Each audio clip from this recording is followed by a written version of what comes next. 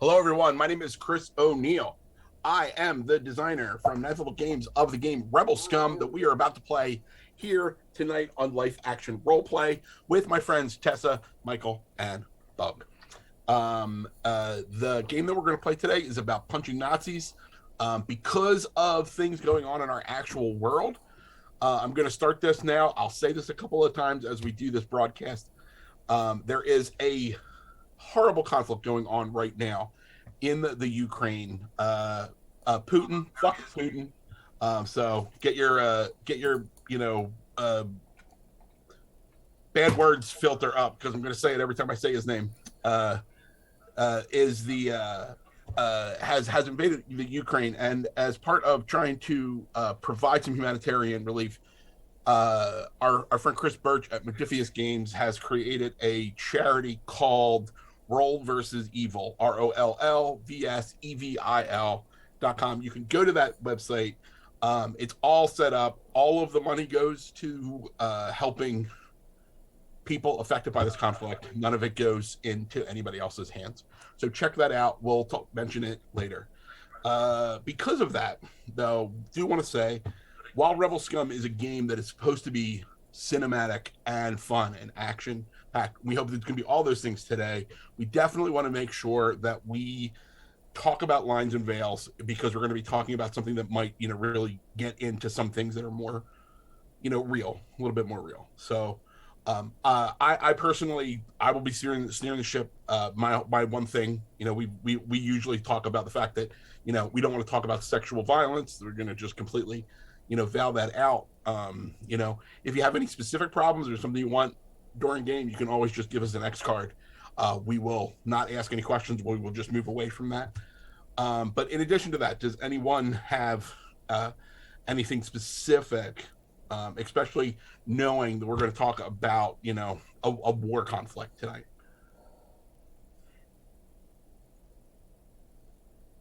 I have some young students who are affected because their families are Ukrainian and they're from Ukraine. Okay. So I would just say, if we refrain from violence against young children, that would be radical. That sounds good. We always joke with the fact that, it should just be like a standard, violence against young children is just a thing, a standard veil. But we make a game called Cobalt Ate My Baby, which is literally about eating young children. So we can't actually just blanket say that. But tonight, we won't eat any kids.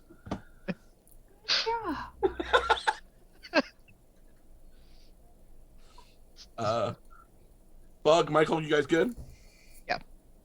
All right. Good. Remember, if anything does get a little weird or whatever, just give me an X and we'll pull away from it. So, Bug, why don't you introduce yourself and tell us which character you're going to be playing tonight?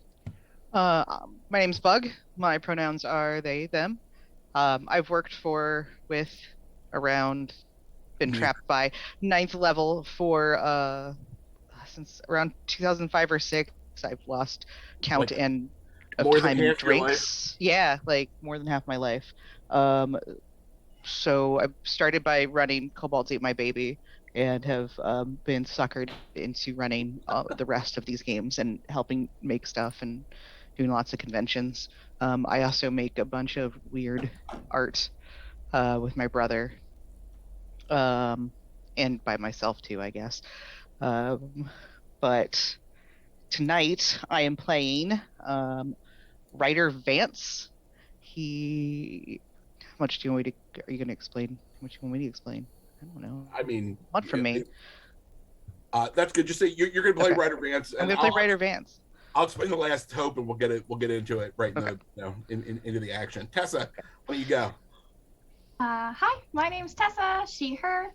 I don't know, teach boarding school by day and LARP at my summer vacation nights, I guess. I live in Washington. I'm excited to play Astra Monarch, and I don't know what else to say in these sorts of situations. But I'm excited to be here and support also Ukraine. Right. Fuck Putin. I'm going to just say it a lot. I'm just going to say it a lot. Michael. Hi, everybody. I am Michael Powell, pronouns he, him, and you can find me all over the internet on my social medias, which is usually at Mr. Kapow. That's MrKapao. And I do TTRPG stuff like on YouTube, on my channels, Fantastic Tales of Adventure and Dastardly Tales of Horror. And my background, I guess, in Star Wars is I got a little I don't know. interesting one. What are you talking I about? What is this War in the Stars you're talking Oh, about? This is Sure. in okay, maybe not Star. this is in no way, shape, or form related to a certain War in the Stars. Completely unrelated. Gotcha. Nothing to do with Gotcha. with a certain War in the Stars.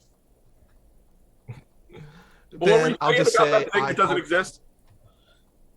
I helped found the LA chapter of one of the largest costuming group of a certain fandom in LA a long time ago in a galaxy kind of far away that Right, all the way in involves Anaheim. T visors. Yeah.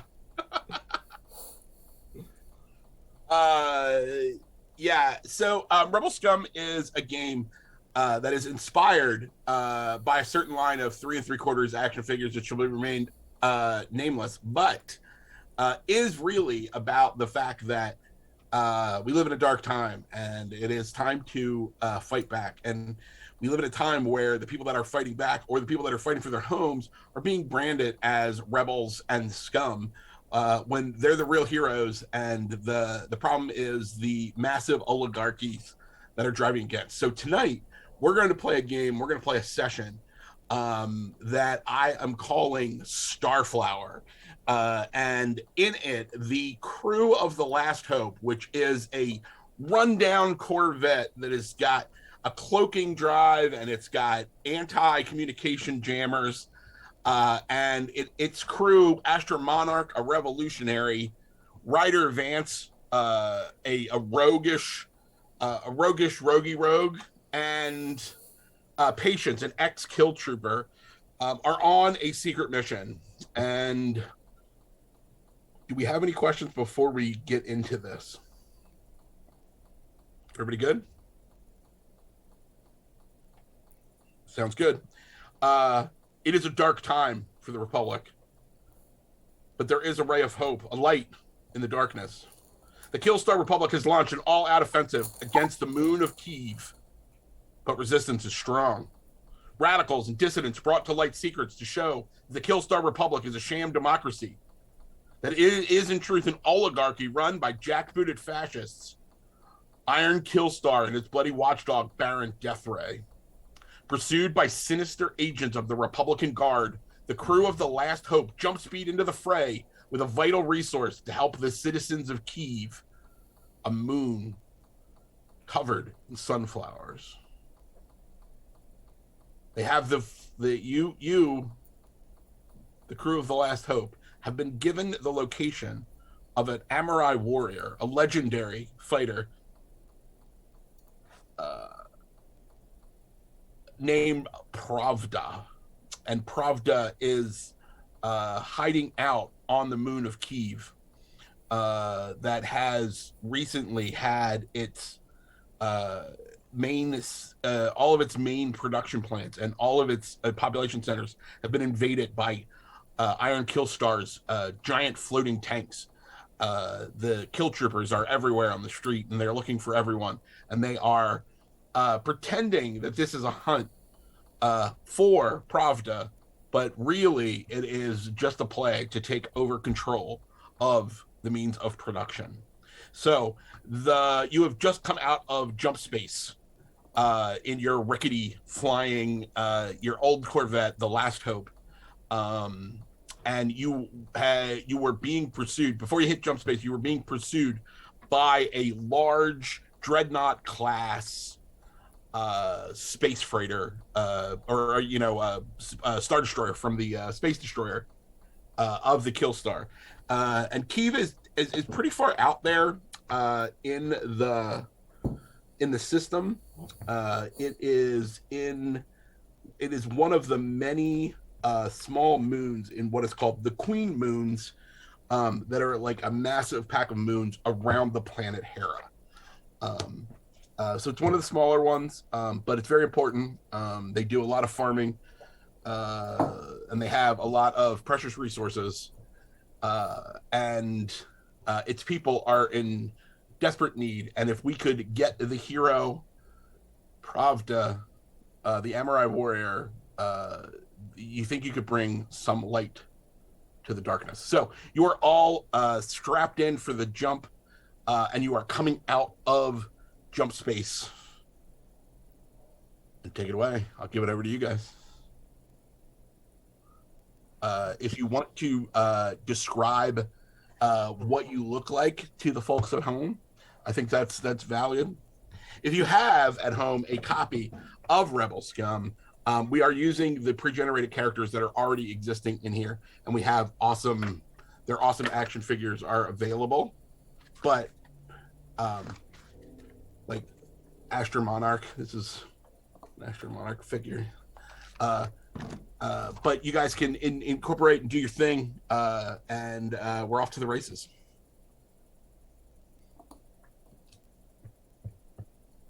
All right, I'll take it away. As our little Corvette screeches to a halt in space, though I'm sure the inertia we don't notice actually as much. Pan to Astro Monarch. I didn't have this color of hair, but I had this color jacket, I guess. In any event, I am an ex-aristocrat who is now very disillusioned with this whole system. And I'm going to say, well, we're here. I didn't really come with a game plan. I just came with explosives. Who wants to go first? You have been given a location where you think, Astra, you were Gaizu, or Gozen Aizu, who is an Amorai warrior, gave you a map that shows the location where they believed that Pravda was hiding out. So, what are Ryder and Patience doing? Are we being? Go ahead. Okay. I'll say that Patience pretty much went kind of and it's kind of holding their stomach a little bit. It kind of says, I always hate it when we have to jump space. And he's actually wearing they're wearing a, let's see, I believe a white jumpsuit, and kind of a, their helmet's more like a white motorcycle helmet with a golden visor, and they have two blasters at their sides, kind of like one of those old west gunslinger. Yeah, the Patriots used to be a trooper, and now still wears a trooper outfit. But you know, little rougher, little more Western, little more rough and ready. Big anarchy symbol painted on their chest,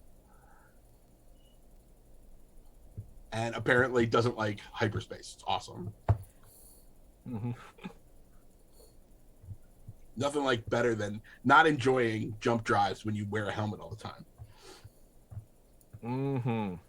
Oh, and according to the sheet, until they were part of they were a kill trooper until they were assigned to kill Ryder Vance because a planetary governor lost a game of poker. So, yeah, we have a little backstory. And what's Ryder doing? I have no idea why you all keep complaining about my ship. My ship flies fantastic. This is smooth. This is a great flight. We got away from the ship that was following us, just like I always get us away from them. This is perfectly fine. Your weak stomach is not my fault or my baby's fault. Beep boop boop boop beep beep boop. That was the ship agreeing with everything you just said. Not gonna argue with results. Just the method could use some finesse. Beep Maybe. boop. Maybe if you weren't always staring at your communicator and watching the sky instead, you wouldn't get motion sick.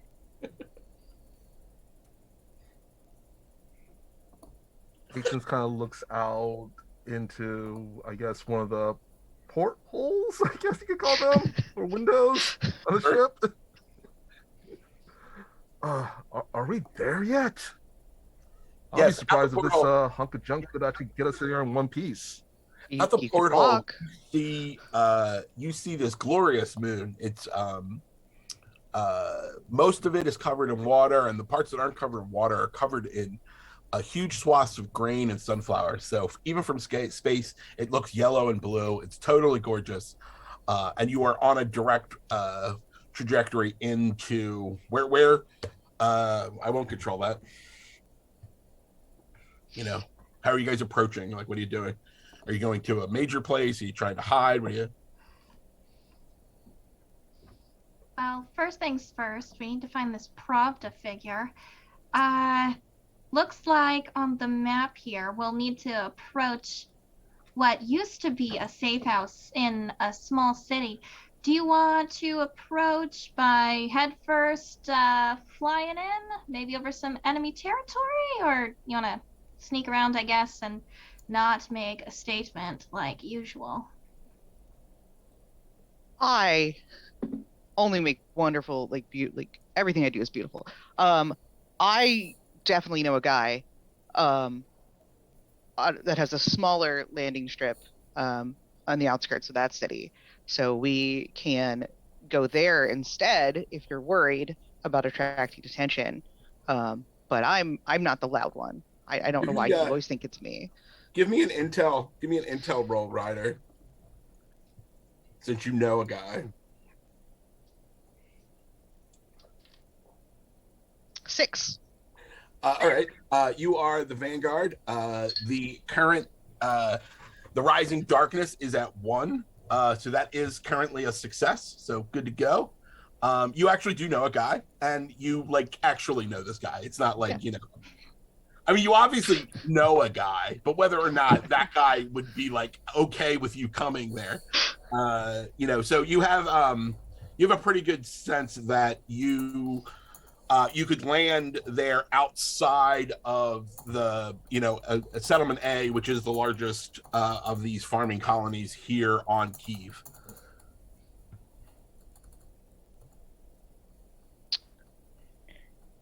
His Personally, name. I wouldn't mind if we. Sorry. Go ahead. I was gonna say, when I have patients say, personally, I don't mind if we're on solid ground myself. I really enjoy the. If I go like this, it's usually because I want to talk out of character, and I really enjoy the B.A. Baracus vibe that I'm picking up on patients. Bit of a fool.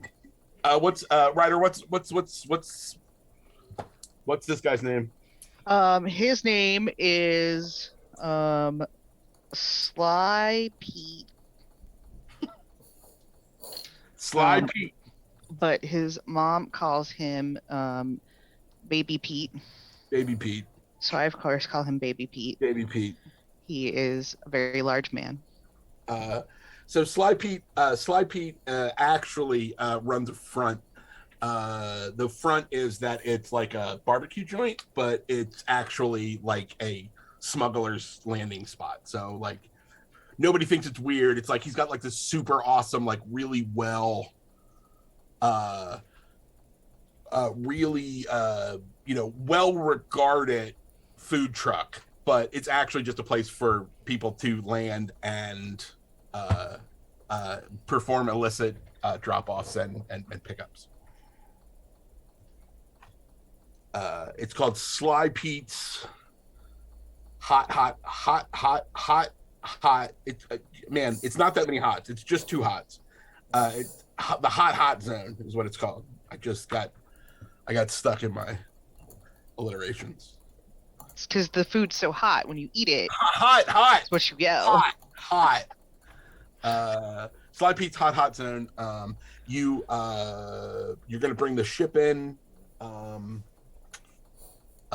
When you as you're landing, there is an explosion. Who is flying? Is Ryder flying? It's my ship. Ship doesn't explode. No, there's an explosion outside of the ship. Okay.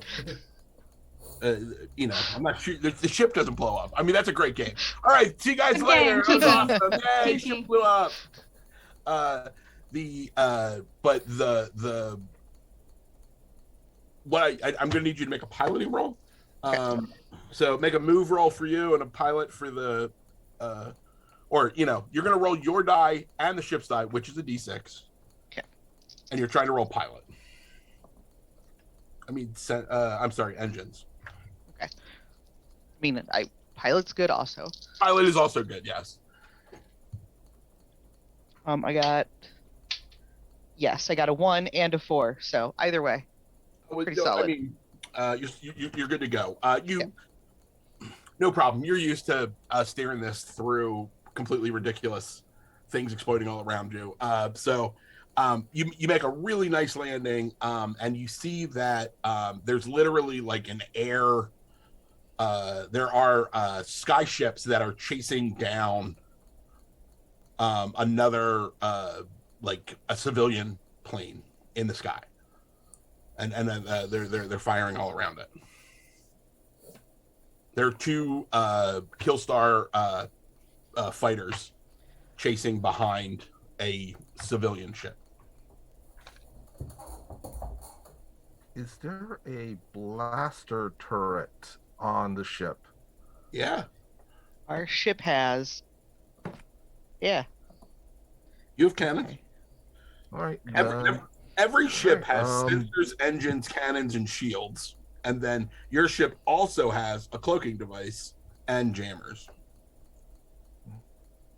Well, I was trying to do this the quiet way. It doesn't always work out.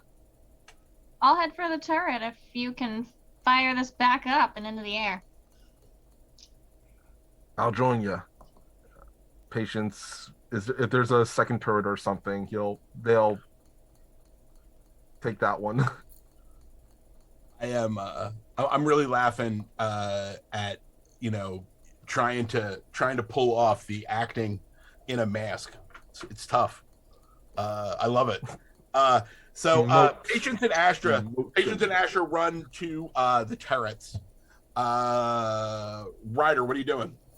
I'm gonna not actually land, and as I see what's going on, I'm going to pull the ship up at the last second to swing around, to bring her to face the Killstar ship so the turrets have a clean shot. Because of the nature of this, I'm not going to be able to get what I want to show, but the quote for the Last Hope is "Crew of the Last Hope," and then it just says "punch it."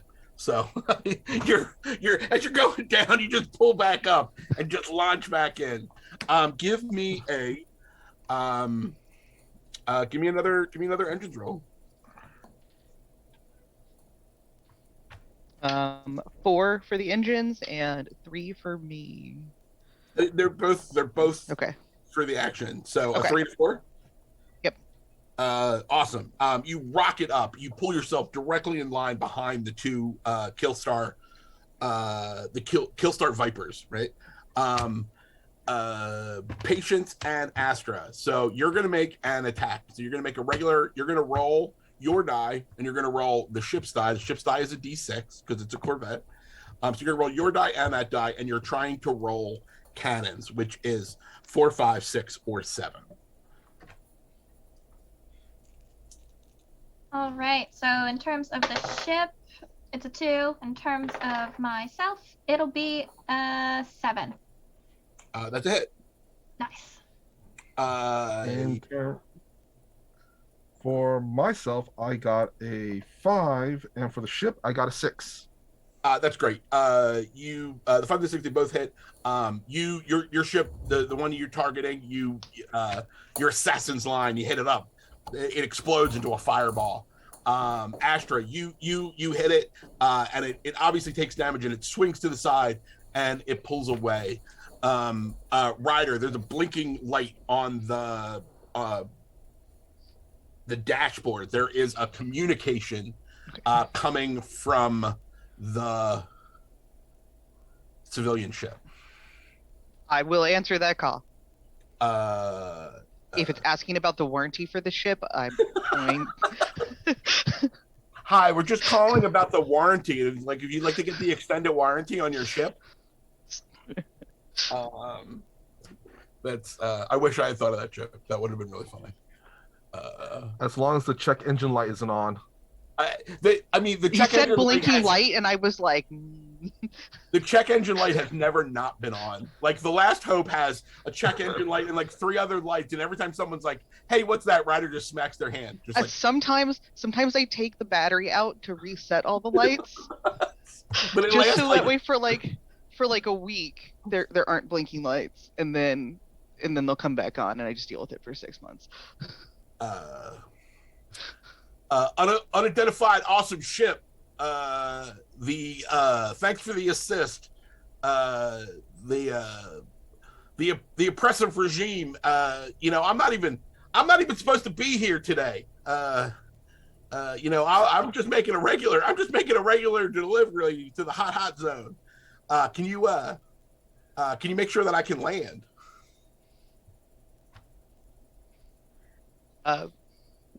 We got you. We'll send him the coordinates for the hot zone. Is there anyone else? Seem like there's anyone else around this area? Give me a sensors roll with the ship. 6 and 1. Ooh. Because it is well, I'm sorry. I increased the darkness by 1, the rising darkness by 1 because of an encounter with assholes. Space Russians. Yep. But that's still good. So the 6 is actually a success. The 1 is a pilot. That's also a success. You feel very comfortable in saying that there are no other ships in the vicinity except the ones that are parked at Fly Pete's hot zone. All right, we got you. We're heading down to Pete's hot zone. Anyway, we'll meet you there. Check out and see if there's any help with repairs we can do for you. All right. You come down and are able to land. There's no problem. The civilian ship is a big. She's a big, like a space tractor trailer, effectively. But you see that some hastily added cannons have been added onto it. And it looks like the back of it was originally designed to be where there was a hitch, and right now it just has a big has a bunch of they look like giant jacks that are just playing jacks, not I don't know what that would be called. What do you call that? Caltrops, gigantic caltrops.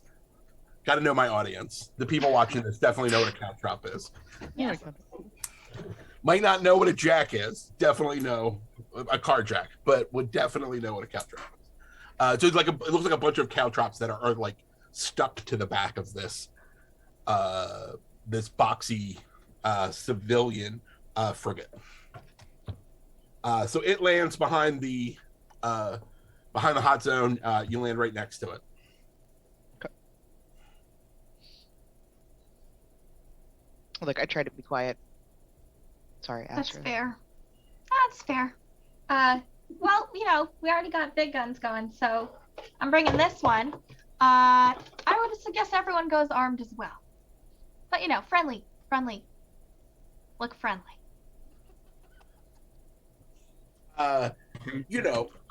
Fly casually. Look armed, but casually armed. Casually armed. So you're leaving the ship? I'd like to disembark. You get off the ship. It's you see that the civilian ship is called the Queen H, with a big letter H, and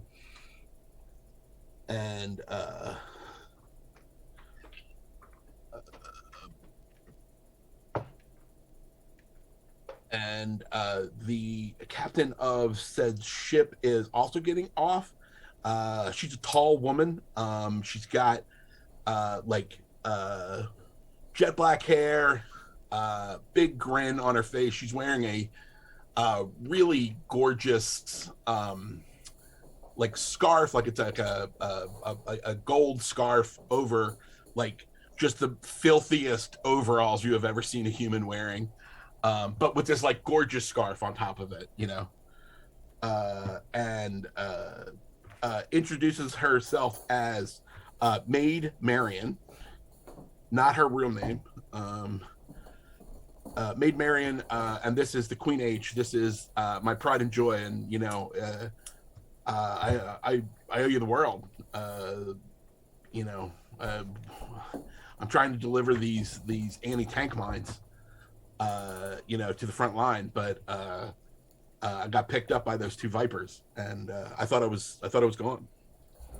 So anything I can do to help you, you know, obviously I think you're already, you know, pretty cool because you just shot them. Like you didn't even ask me first. So I appreciate that. Oh, by the way, Astra, Patience, you both got a star for punching a Nazi. Oh, there we go. Direct fire. I guess that counts as a punch. The punching of a Nazi can be done literally or metaphorically. So it definitely helps. It looks like we just lost Patience. Oh no. Nope. Patience is back. Patience is wandering around the ship, you know, trying to get his land legs back. So all right, so what do you guys want to do?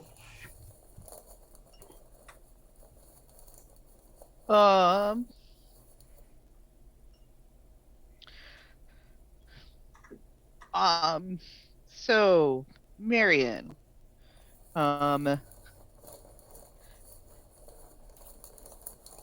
have you heard any rumors about,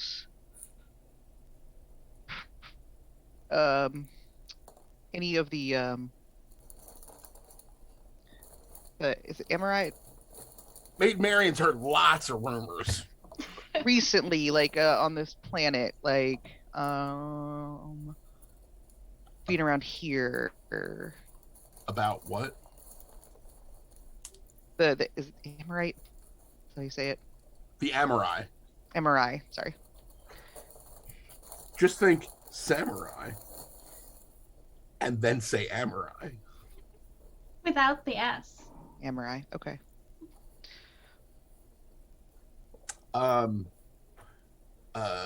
Well, you know, the since the Killstar Republic took over this planet, you know, 20 years ago, it's been illegal to be an Amorai, but there's been a lot of people talking about it since the invasion started, because you know, there's no better time to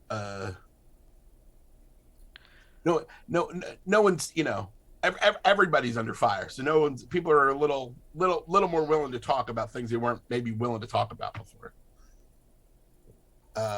I heard that maybe there was an Amorai temple that used to be here on Kiev. Can't say as I ever saw it, but they said when I was a little girl, I heard you know, that there were rumors of it, and now we're hearing rumors of it again, that someone may have reactivated it. Reactivate the temple. Well, you said that you owed us the world. You don't owe us anything, but this will definitely cover I don't know that about that, non-existent but- What do you mean, Ryder? What do you mean? What could you possibly want in this situation, other than Maybe- this... I mean, can always use a favor. What do you think these people have extra while this of? What was that, Patience? While this entire conversation is going on, when Patience got off the ship, they pulled a sawed-off, let's say a carbine rifle, and they're just kind of standing in the back, scanning the horizon, just to make sure that nothing's coming up on them.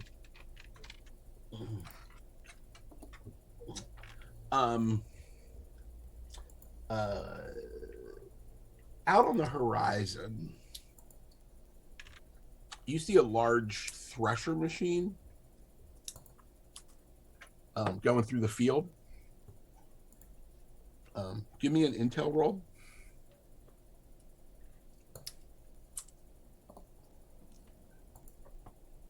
I got a 5. Yep, just looks like a big piece of farm equipment. You may have never been on a farm. This might be the first time you've ever been on a farm. City kid. Patience is gonna look around and go, how quaint.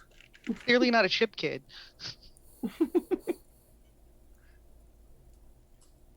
That is a sunflower planet, right? Yes, sunflower planet. Yes, now that you're on the planet, I love it. Producing sunflower oil, all kinds of dyes. That and wheat, it's great.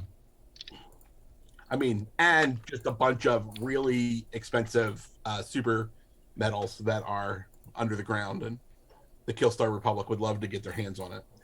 Hey, kids at home, just as a brief aside, this has nothing to do with the real world, but if you're enjoying this, maybe think about going to Roll vs. Evil, RollVSEVIL.com, and giving a few dollars to support the efforts to support the Ukrainian people in their time of need. There's a giant threshing machine that is coming through the sunflowers. It looks pretty normal. You guys are talking to Maid Marion, and it's Maid, M-A-D-E, because That's right. Maid Marion. Maid Marion. She gives you some coordinates that like meet, and when you look at them, it does kind of line up with where Goizen said that they thought that Pravda would be hiding out. So it kind of makes sense that this somehow reactivating some old pre-Killstar Republic Amorai base. Seems to check out. Ryder and Astra, give me an intel roll. Ryder.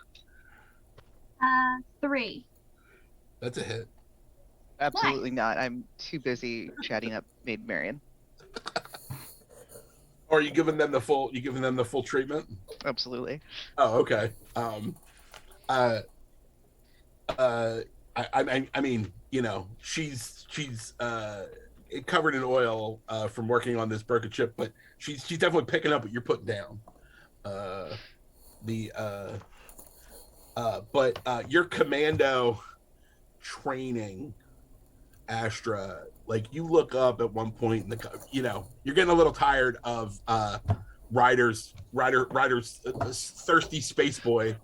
With great shirt, by the way. I kind of want a thirsty space boy shirt now.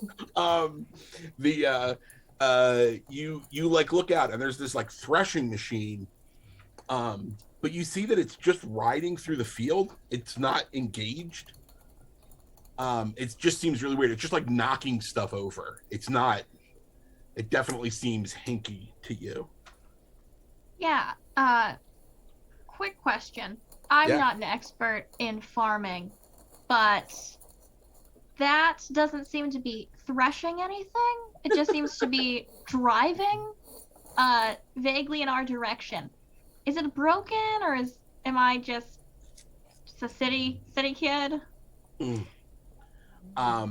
As you say that, the Thresher moves, and there is a squadron of kill troopers behind it, and they just start firing into the hot zone.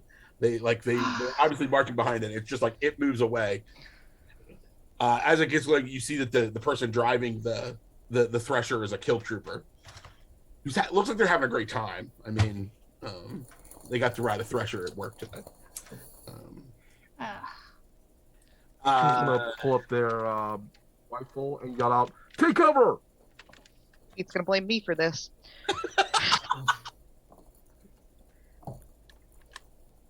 All right, so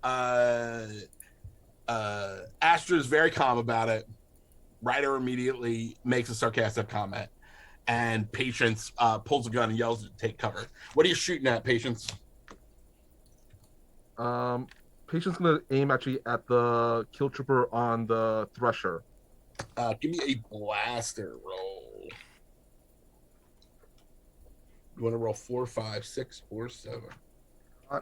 A 5. Yeah. You shoot that Nazi right off the side of the Thresher. The Thresher, of course, just continues. It's a perfectly clean shot since you're an assassin. And it just starts to careen off into making a piece as the rest of the squadron are now just shooting up. There's now havoc as everyone at the hot zone is running. Does it look like there's any other vehicles? Where did they come from? Just across the field? Yeah, it looks like it was they were coming down. Because they're just. This looks like a planned action. Okay. You can see that there's a long line where this Thresher has come from off in the distance. Okay. So they've been marching alongside of it for probably a long period of time. Possibly it was supposed to be under the cover of 2 ships that were supposed to be dropping bombs that got blown out of the sky a few minutes ago. Possibly.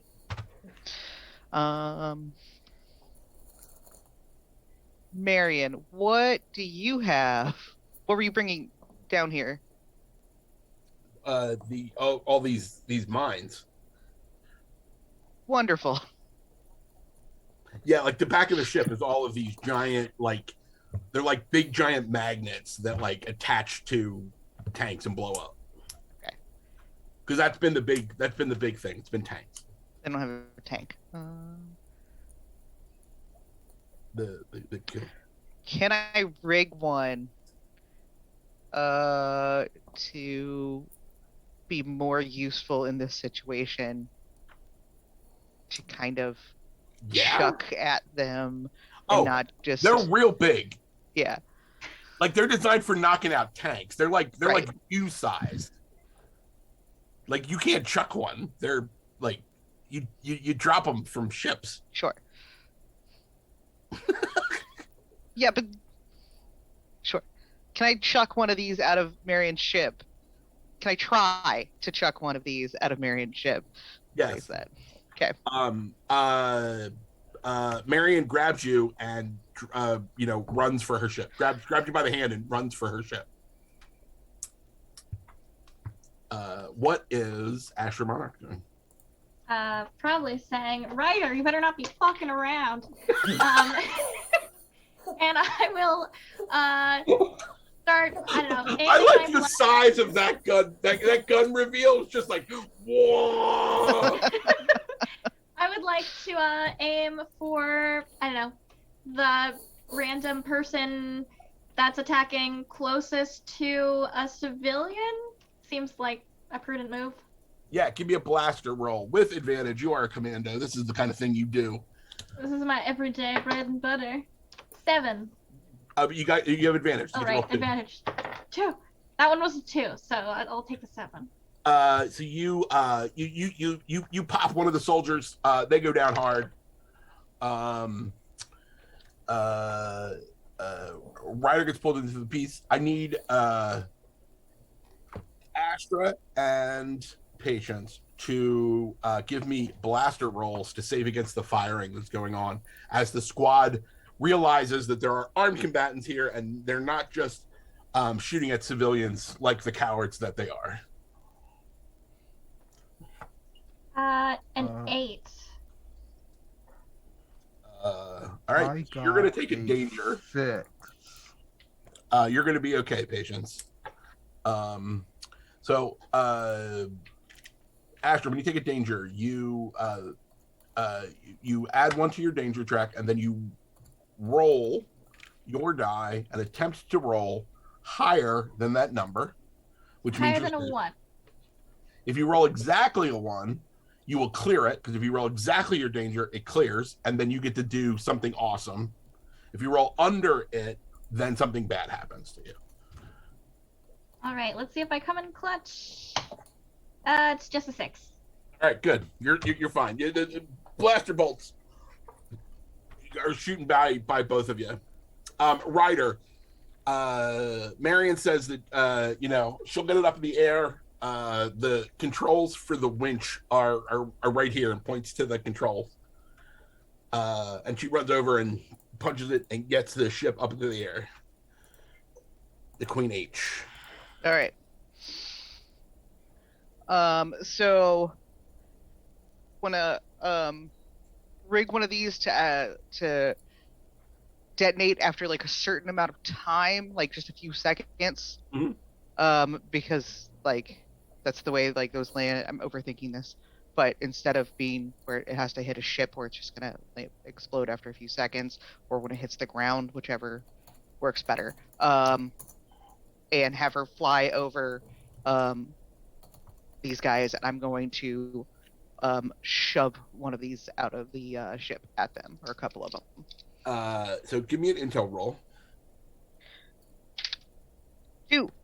All right, so you're pretty confident that you got these things ready to rock and roll.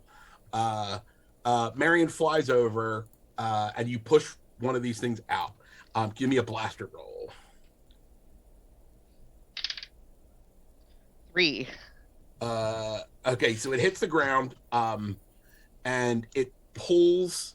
It hits the ground, and you set it up. It hits the ground, and it pulls a nearby vehicle to it, and it explodes. But it doesn't hit the kill troopers are all running through the explosion and the haze. Yep. Astra, patience. Come on, that was somebody's car. Okay, I'm just gonna keep throwing pot shots because that has to work eventually. So let's do a blaster roll with advantage. It's a 5 and a 7, so it doesn't matter. Yeah, you knock out 2 more. 2 more of them. You.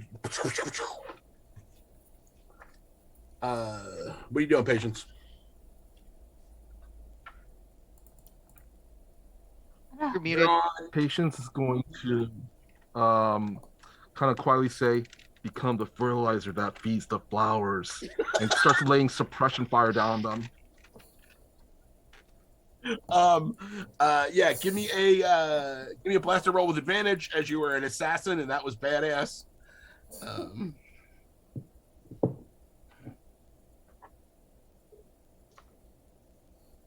Well, I got a first roll was a 6, and the second roll was a 4.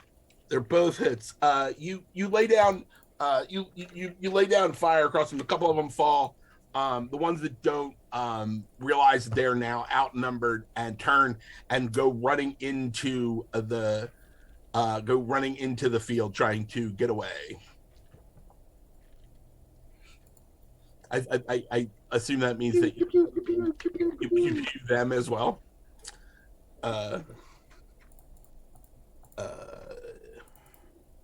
All right. All of the kill troopers seem to have been eliminated. I need to switch. I was because of the engagement. I was raising the darkness to 3, but I realized I was doing it on a D6, and I was going to run out of darkness way faster than I should. That's you could use a bigger die. I got plenty. I got plenty. For those of you at home that are trying to figure out what that means, the darkness piece. So as we're playing, we are going to be increasing the darkness, and our heroes are pretty much protected by plot armor until we reach a certain darkness level, just like you would expect in a movie, unless they go crazy and they do something, really silly, which is never going to happen. I'm trying to look through the page.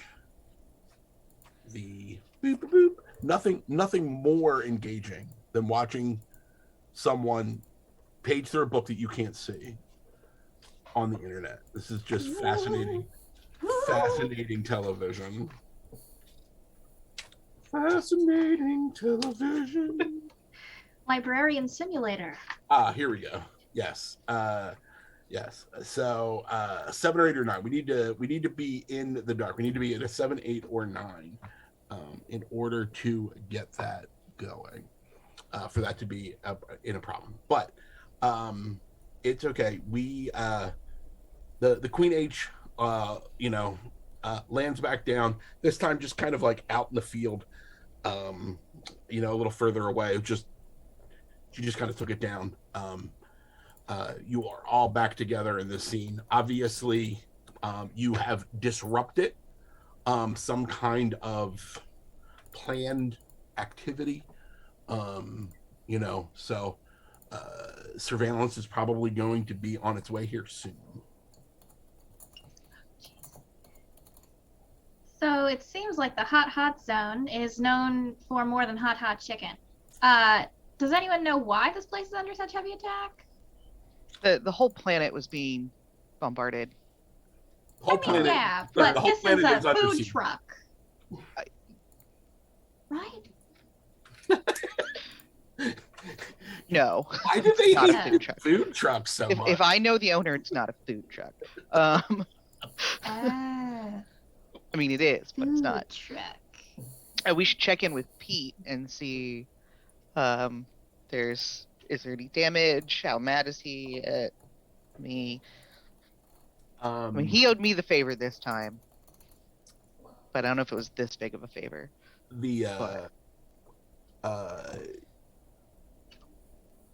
So you say like we should check in with Pete, and Maid Marian's like, oh, you didn't hear. Pete was arrested by the regime. Of course he was. That's the reason I was flying out here, because I was assuming that they were going to send tanks, not attack craft, and apparently a strange ambush. But Sly Pete and a number of other, let's just say, interesting merchants, along with a lot of people that own anything that has anything to do with mining, were all rounded up last night and incarcerated at settlement Q, which is currently being used as basically a massive prison, supposedly for war crimes, for black marketeering, which might be accurate, but they're not talking about black market, jeans and music. They're saying it was trading weapons and those kind of things.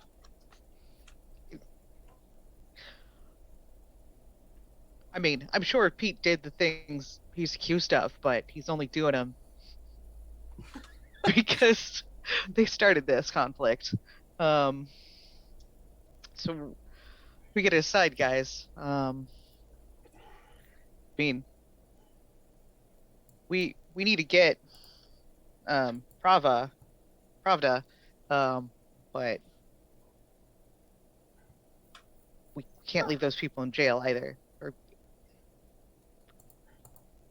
Yeah, well, I think of it as two options, right? We've got a potential mysterious Amorai temple, which may or may not contain someone we're looking for, or we have a full frontal assault on a not prison, but now made into a prison city. And I'm sure it's not filled with like lobbyists. I'm sure the war criminals in there are not actual war criminals. And it seems like that's the more immediate need, unless Pravda can help us with that, do you think? In some way that we just simply could never do.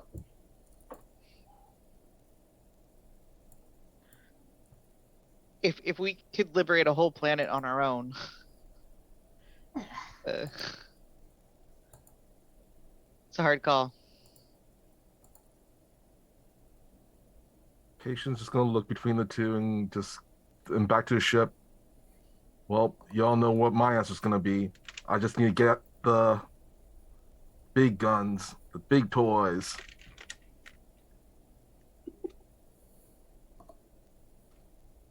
I mean, it's a little liberation. It's not the whole planet.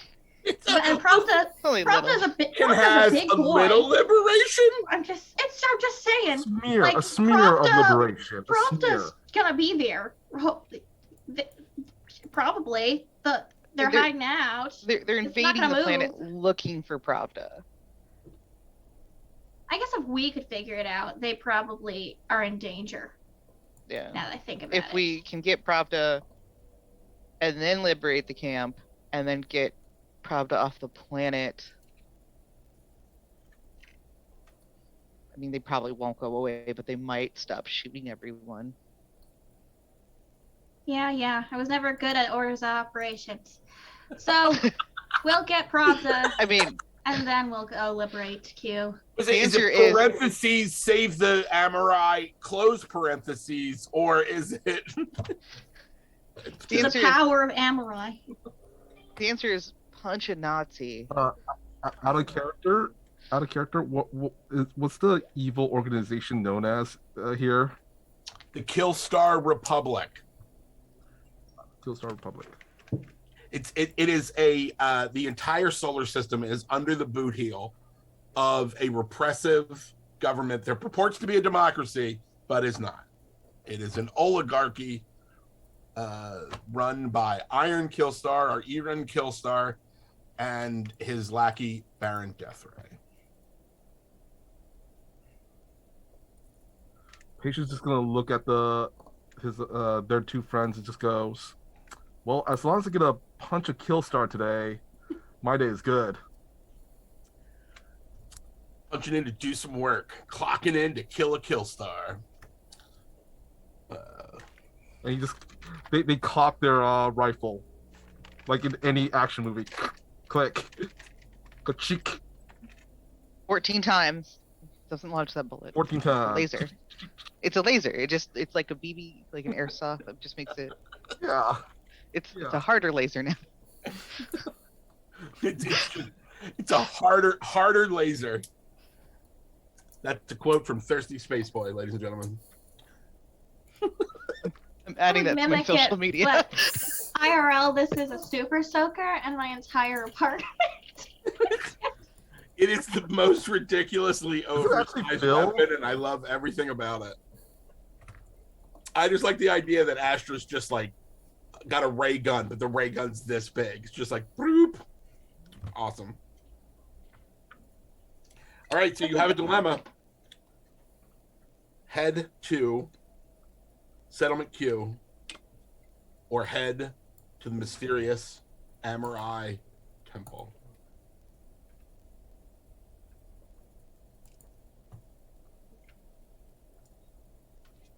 Rock, paper, scissors. Patience is gonna vote. If we don't decide soon, he's going to increase that darkness. That's true. Okay. Patience is Okay. gonna vote for saving the people. One for Q.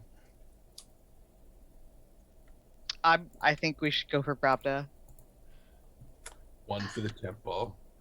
I'm picturing this conversation is happening on the bridge of the Last Hope. Like it's like you're going through like your pre-check and you're turning stuff on, you're getting everything ready, and as always happens, Ryder and Patience have disagreed entirely and left it all in Astra's lap. All Can right. you make a choice for us? It's Thursday, so we'll go with Ryder's idea.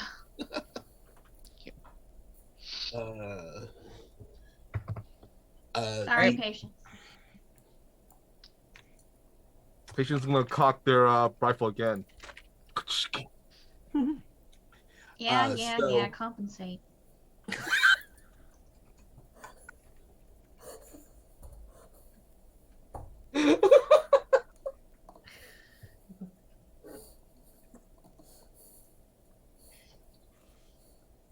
So I'm assuming we're flying off towards this temple of some sort. The map location for this shows it in an area that's been like completely mined out, like you quickly leave, like you're flying for a bit and it's just like over this like lush verdant fields and farms, and then you get into like kind of the mountains, and then there's this like area it's just like strip mined. It's just like everything's just been completely and totally annihilated. And the coordinates, like where it says that where the map said that this temple's supposed to be, is just like a flat, like cratered plain, like in the like in the distance you can see like where you're like at the bottom of a moon crater, which is weird because you're on a moon, but the rest of this moon is like lush and verdant, and this is like so you bring the ship in and you land, and from the ship you don't see anything. Everything looks like there's nothing here. Oh my god. What kind of weaponry did they start to use here? This is not conventional at all.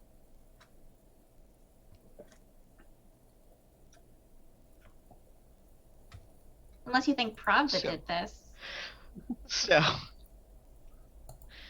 this is not weaponry, right? This is mining. Yes, this is weapons of mass capitalism. Yeah. So I'm so relieved. there's this thing called mineral rights.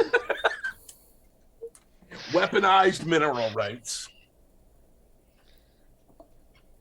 And in places where they don't care about the people that live there, they buy up the land underneath them. They take everything and leave nothing behind but poison. And this is it. This is space fracking. This is fracking, which is a legitimate thing you can say in a sci-fi game.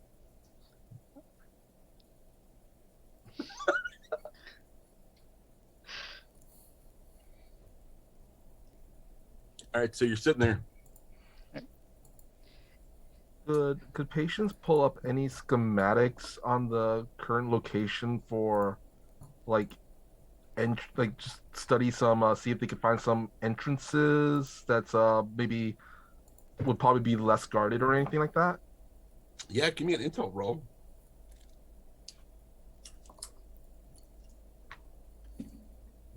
I got a 3.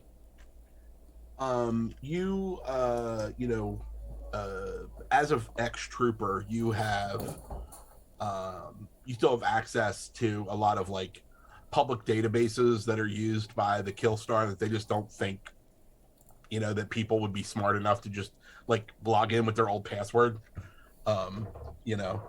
So like you log into this like older system that's about like mining colonies or whatever, and you see that this there used to be like where like the picture of this shows that there was like a big temple complex here that they blew up like 20 years ago, but that the actual like temple was underground. and they've been slowly mining. Oh, I love your Doctor Who location shot, Ryder. Uh, Again, nothing more. There's nothing more sci-fi than shooting from within a a quarry or strip mine. then strip mines, Southern Ohio, Yes, right. This in again, Appalachia. people at home, none of this stuff is real. And if you're taking this moment, you could go out and you could visit rollversusevil.com and give a few bucks to help the people of Ukraine. Now, back to the story. So patients, you're like looking through the thing, and you see that there was a like a large concrete bunker that was built, that was like completely underground. So it's very possible that that's still there. Well, according to these schematics, it looks like there used to be some sort of bunker here, and I would probably bet that would be the best way to probably get in there without being detected.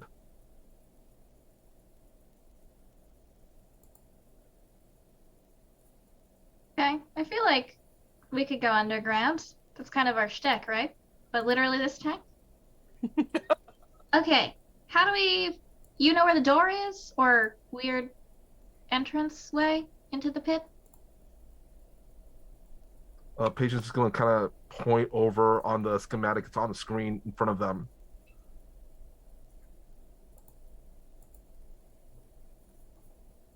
Okay. No nose goes first.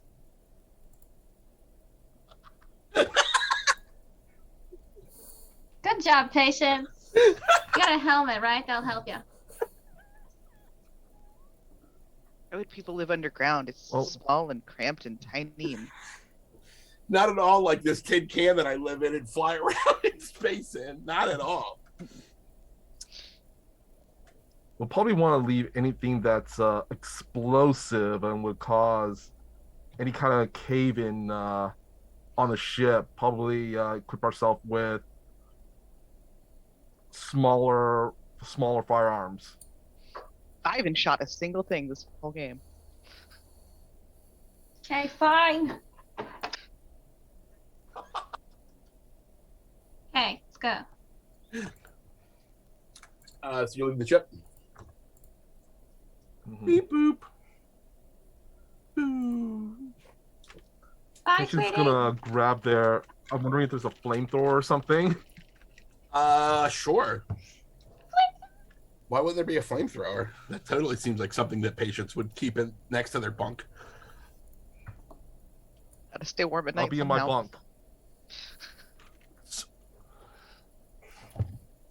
All right, so you go outside. It doesn't take you long to find that there is the most of this ground is just like completely like wet and ripped up, but then there's like a large area that's obviously concrete, and in the center of it there's a spinning hatch, like you turn the wheel to open the hatch kind of thing. I don't know what you would call that, but you know what I mean. Like an airlock. I don't know. Yeah. Makes sense to me. Is this a mite? Are you guys still see me? Everything's still good? Yeah. Okay. It just told me that I was logged out, and I'm like, but I'm still on the screen. Oh, I did lose my background. Oh no. Only normal Chris. Whatever shall we do? He's just louder. Yeah, real Chris is just louder. You're like, but I have a green screen. Man, that's super weird. Wow. Let's get a.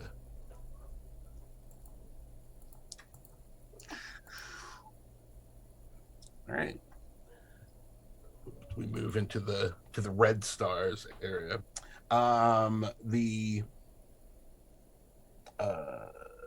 What did we figure out? What do we call this? Tessa, you had a good name for We'll, it. we'll call it the airlock. I don't know if that's the Airlock. official term. Sure, that's airlock sounds great. It, uh, spinning it open, there's like a ladder leading down like a tube into the earth.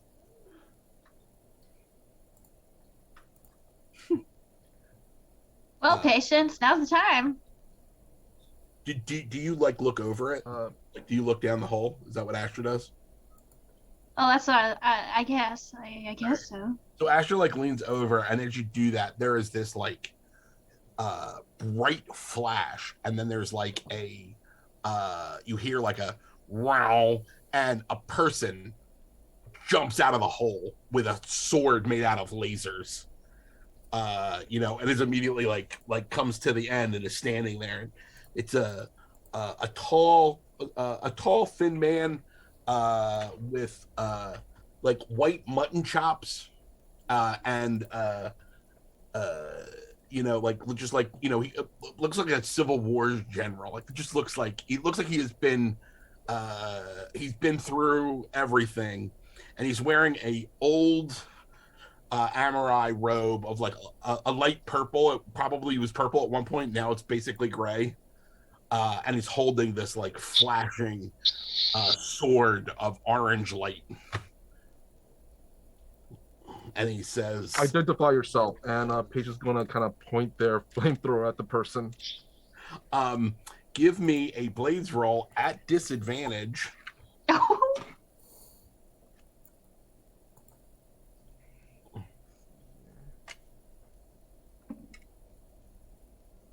Got a 3 on that. You got to roll it. Oh, and the first roll was a 3. Second roll was a 5. Okay, so because it's a disadvantage, if you fail one, it fails. You have to succeed at both. So the sword cuts down and cuts the flamethrower in half. And then give me another blades roll, or give me a boots roll with. Just give me a boots roll. You're an assassin. You're a trained fighter. I got a 3.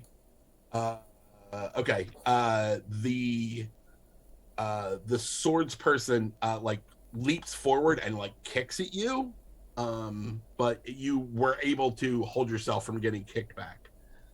And now they're standing in a defensive pose.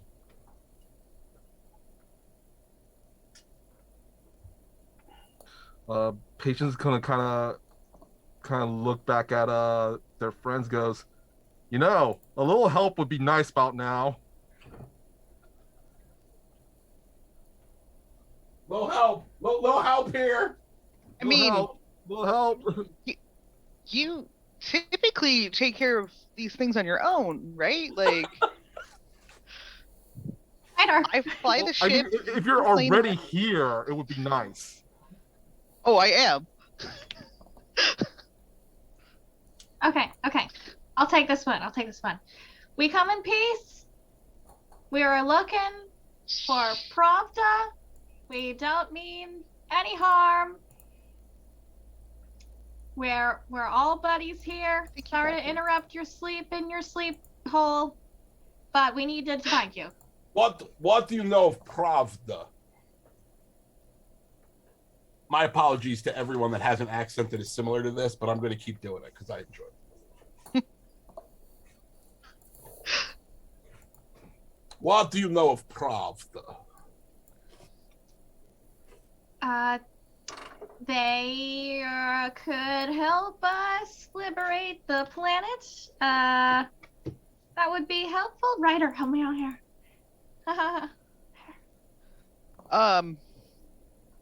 I mean, not a lot. That's kind of why we were looking for them. I don't owe them money. The Amorai does actually laugh at that. That's not just me. The Amorai laughs at that. You don't owe me money. How do you know that? Because this conversation would have started out a lot different. Yeah, it would.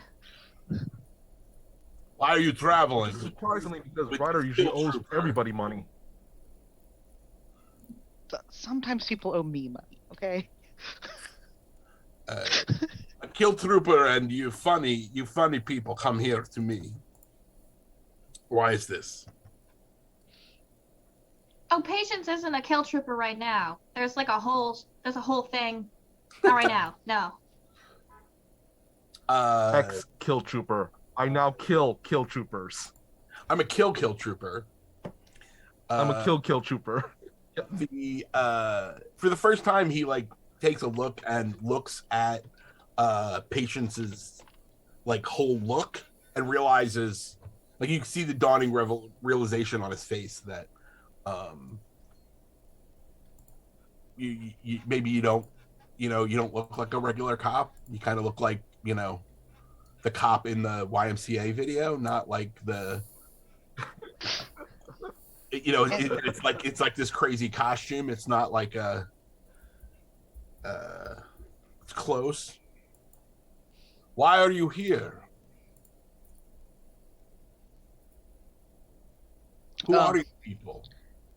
I don't know how long you've actually been living in this hole in the ground, in the stripped out mine on the tiny moon in the middle of nowhere. But there's a lot of really terrible things going on. Because the Republic is just killing everyone, like absolutely everyone. And we could really use some help at all. You guys are supposed to, I don't know, be Wuji magic boys? Follow me. And he jumps down the hole. Like, literally just like jumps down the hole. Do you have a ladder? Yeah, there is a ladder on the wall. The sword cuts out and he just jumps into the hole.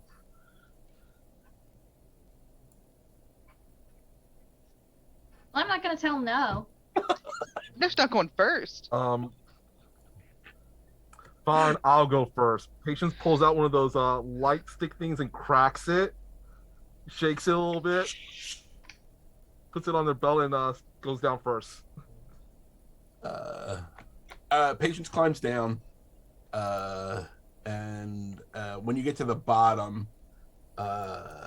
you see Pravda sitting in like an old recliner, and there's just like beer cans all over the floor, and he holds out a bottle. He just filled up a new tumbler for himself, and he hands the bottle to you. Patience gonna take the bottle, kind of looks at it, and goes, and then around the room goes, "Love what you've done to the place," and hands the bottle to the next person down the ladder. Definitely gonna take a drink out of that bottle. This is actually exactly what I expected.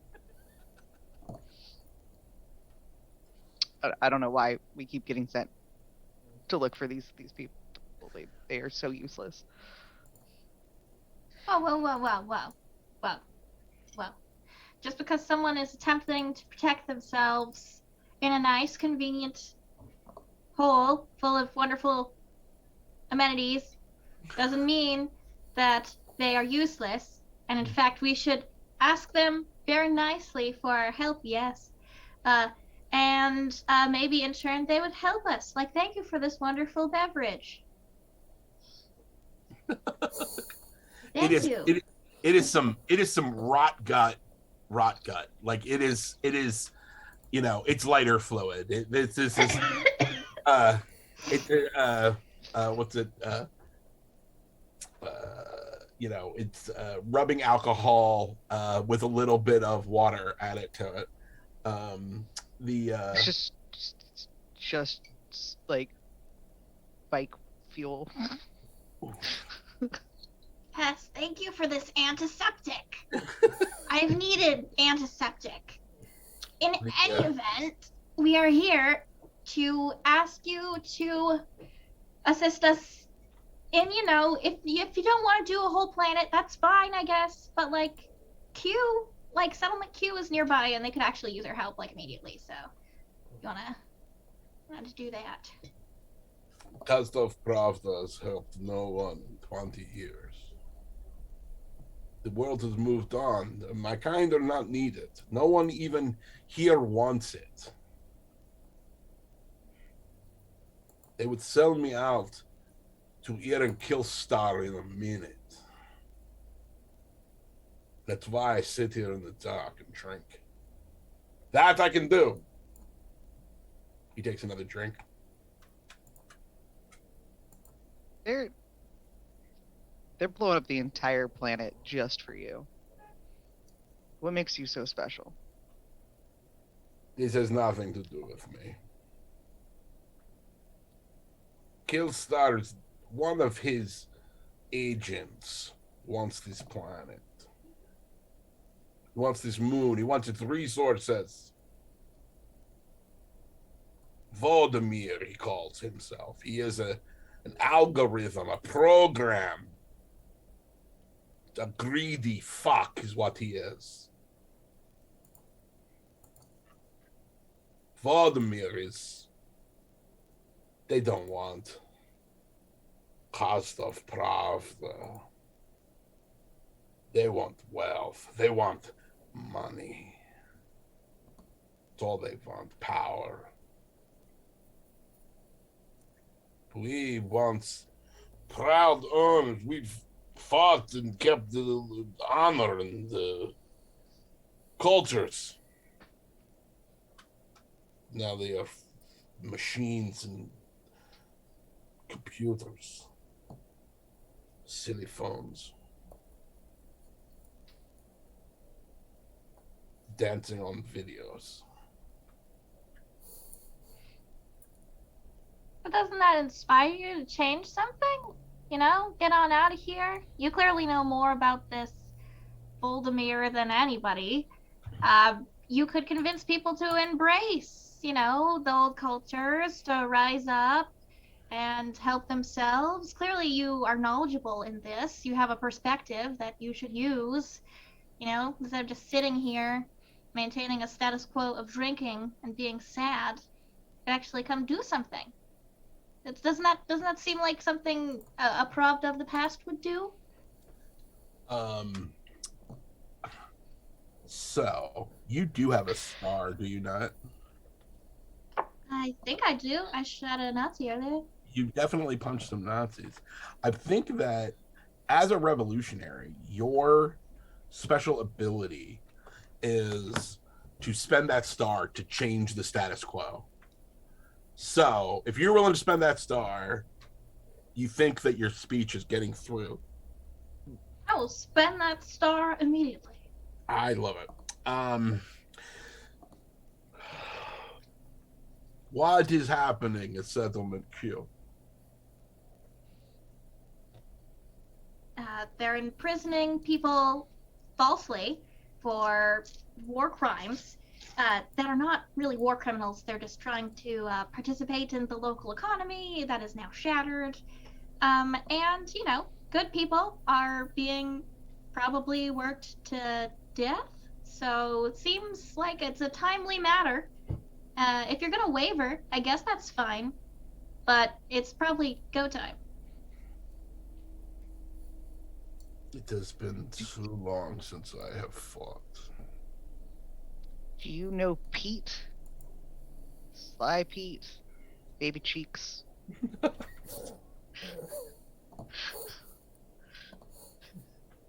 Figure there's a chance he's the one who brings him his booze. I wasn't ready for Baby Cheeks. I was ready for Baby Pete. I was going to say Baby Pete, but Baby Cheeks. I know Baby Cheeks. Baby Cheeks is good people. Baby Cheeks brings me beer. His mother, she was a fine woman, if you know what I mean. Well, he won't be bringing you anything anymore. We don't liberate that camp. They have taken Baby Cheeks. Taking Baby Cheeks. I mean, he is not a lawful man, but he is a good man.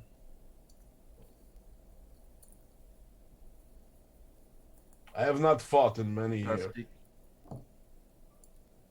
but I will follow you. I will fight with you. At this, Patience kind of speaks up. And fighting's like riding a bike. It's like it's really easy. You never forget it. Bunch up your Fighting, fists, pull back, and assert yourself. fighting's like riding a bike. It has two wheels.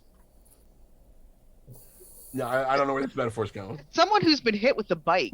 I mean, you just pick it up and.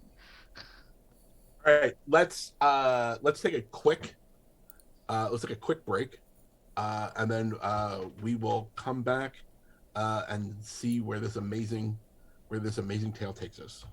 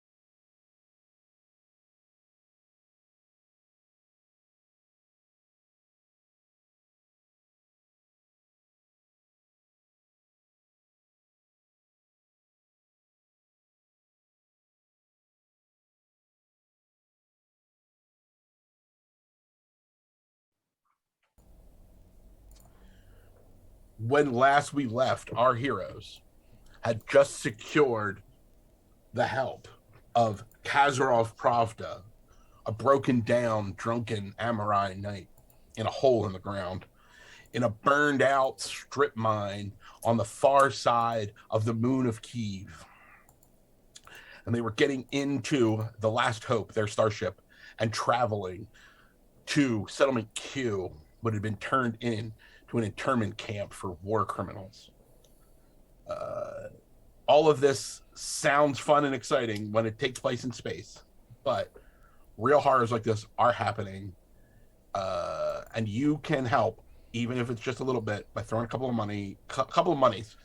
That's the official term, space money. Throw some space monies at Roll versus Evil, RollVSEVIL.com. And all that money is going to support the Ukrainian people and the efforts to stop trafficking and a lot of the other atrocities that are happening, in addition to the fact that Putin is a fuckhead. So, Putin. hashtag fuck Putin, which got like 78,000. There's like 78,000 hashtag fuck Putins on Facebook. But that was pretty good. So, you are in the Last Hope.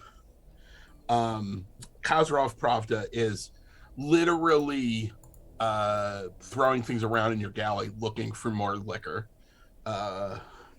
You notice when you're inside the ship with him that, you know, he doesn't smell great. He's probably has lived alone in a hole for 20 years. And you are flying across the moon, across the fields of gold and yellow.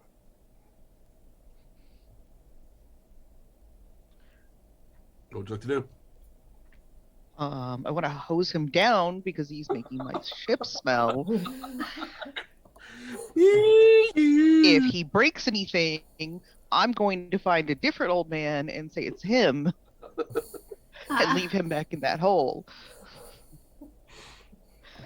Before you hose him down, Patience is gonna kind of mutter to themselves, going like, "Times like this, I'm glad I'm wearing a helmet."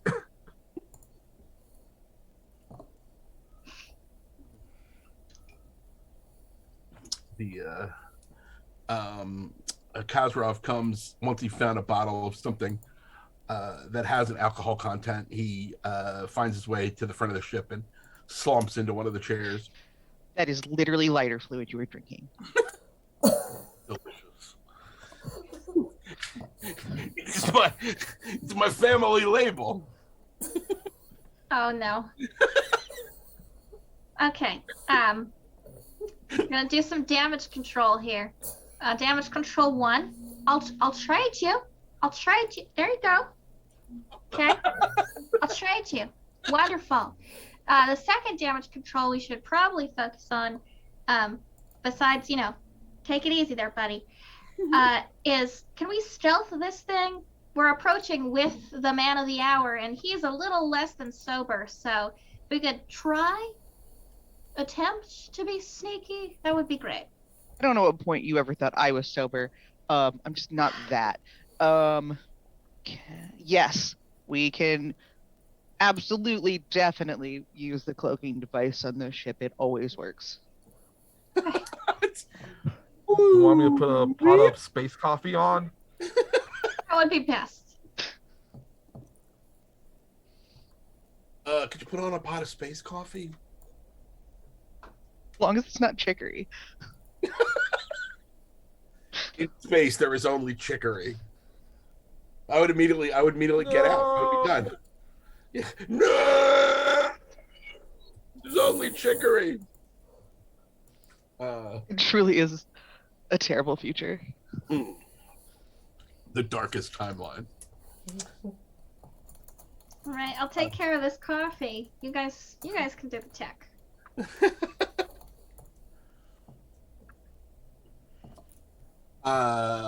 So you are you've replaced the lighter fluid with a lower alcohol beverage and are trying to get some coffee into him.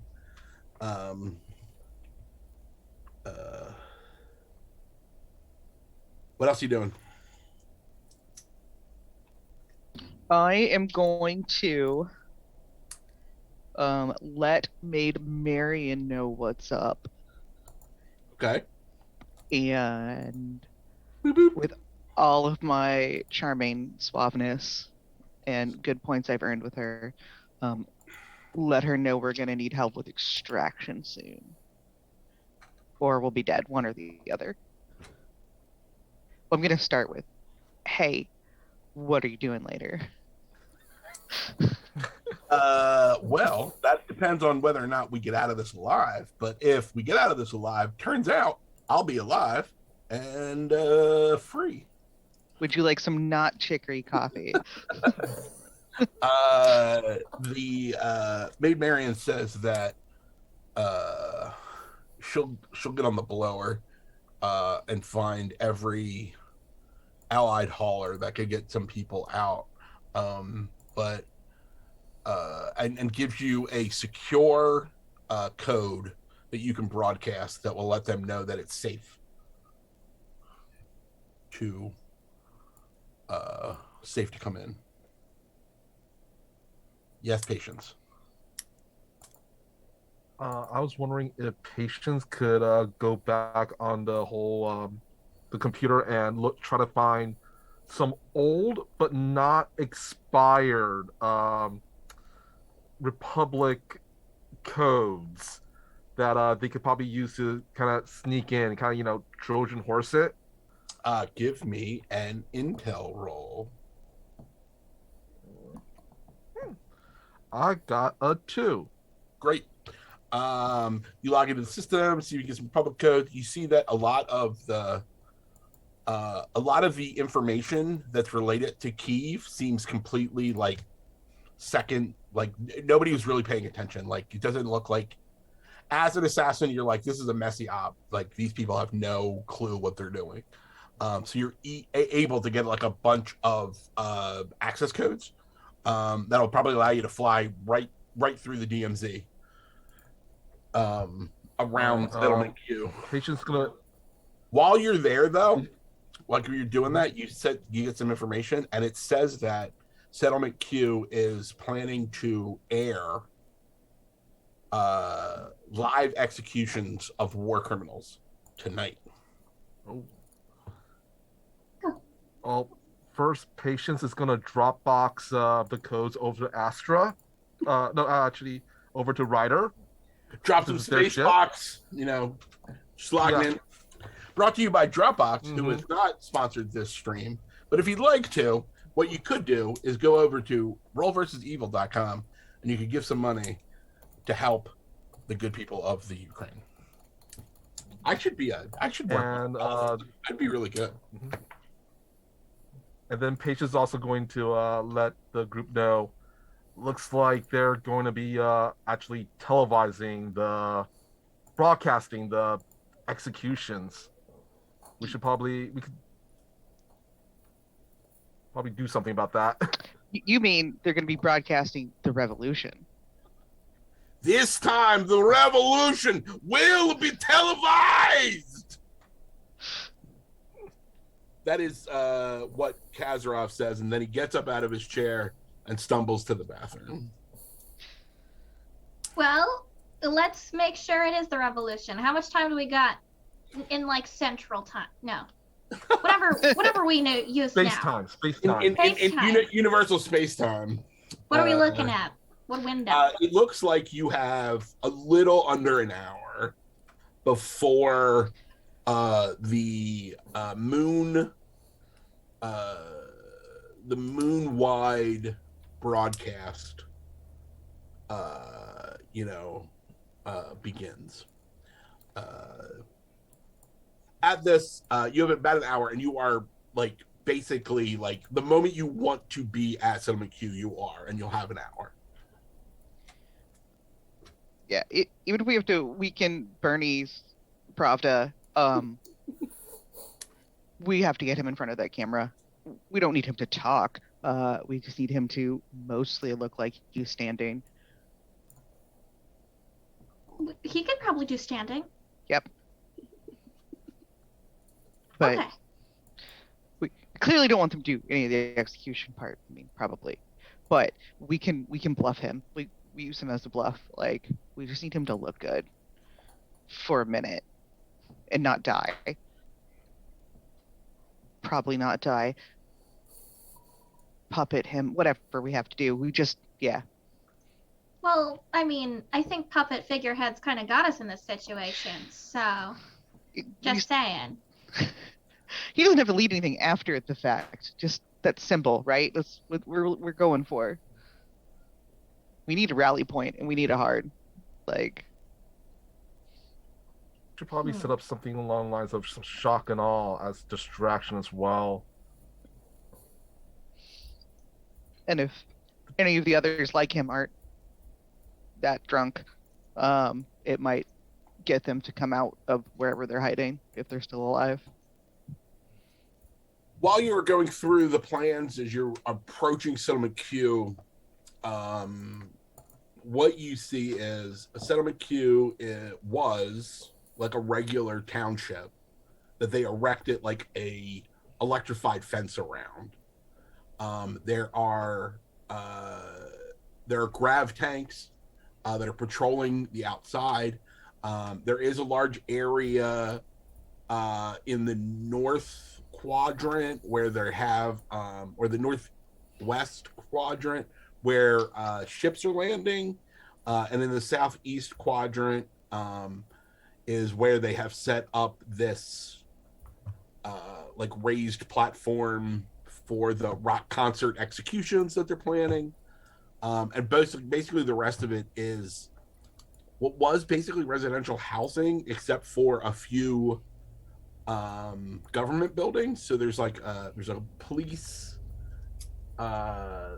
station, and there's a firehouse, and there's a town hall that have all been taken over by the Killstar Republic army. But normally when you guys have encountered the Killstar stuff, they're pretty, like, you know, insidious about it. In this case, like, there's like all these buildings have been painted green, and they have large V's that have been inscribed on the top of all of them. It's super weird. If possible, could we, as we're going in, on a couple of these buildings that they're occupying, if we could set up like remote detonation devices to basically, like I said before, shock and awe, kind of set up kind of a explosive ridgeline to as a distraction for us later Inside the town? Yeah, on the occupied buildings of the Killstars. Well, so right now, think about it like this. This is how this is going to play out, right? Like your ship is going to come in, and you now have a code, so you can actually land in the parking lot. Oh, okay. Whenever you get that moment to land, from that point, you'll have an hour. Like, basically, like, assuming that this is all occurring, right? You're going to have an hour before the broadcast. Okay. Does that make sense? Yeah. I think that's when, if we can, Patient's gonna do that. All right. So your plan is when you land, Patience is going to sneak out and rig some very visual explosives on those key buildings. Yeah. Okay, I like it. Yeah. Make it a show. Some razzle dazzle. Welcome to the show, ladies and gentlemen. Razzle dazzle. I want to go with Patience, since Patience is dressed like a kill trooper. We're gonna try our best to pretend like we are Patience captives. And just carrying the boxes for a minute along. That you were going somewhere unique, and then you were like, "Nope, the trope hole's got me. There's nothing I can do. You're dressed like a trooper. Put some binders on my wrists." I didn't. No, This never will that. This will never not work. First of all, it never works. It always works. I'm never gonna learn my lesson. I learned my lesson. So you're gonna accompany okay. Yeah, carrying the boxes for this kill trooper. Which that I love, right? Like Yeah. you just have like you have boxes of explosives. You're just walking behind a kill trooper. It's perfectly normal. No one look at that dingy uniform. Box of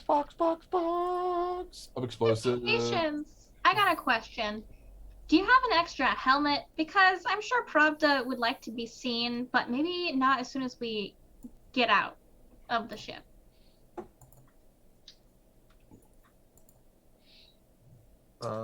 Patience is gonna rummage in their room and go, you know what? I have this one extra helmet here. Yeah, no, I think that'll work. Everywhere. All right. Yeah, that'll work. That'll do. That helmet's great. So we gotta head towards the platform. We have 2 kill troopers. Ryder will be, I don't know, the pretty boy helper. And I will also be a hopefully more prettier helper. Do we have any other plan besides that? Do we have any excuses as to why we're there? Nothing? Do what I'm told. Oh yeah, this is the Republic. Sneak I'm casual. Republican. Sneak casual. Orders. Yes, sir, ma'am, bot, person. Okay, never mind. They don't use logic. They just use fascism. Let's go. There's no logic. It's just fascism. You have caught on to the secret story behind the story. We should try to find where they're being held. Most of the prisoners are being held, and see if we have anything at all we can. We certainly have something we can give them to aid in their escape. Weapons or some more bombs. Space I have a crate of colors. weapons. Why wouldn't I? Yeah. There's a crate of random weapons on the Last Hope. You guys have shot a lot of people over the years. You've seen Astra's collection. We have we have another crate of them. Do we have like a couple sets of space bolt cutters? Never go anywhere without bolt cutters.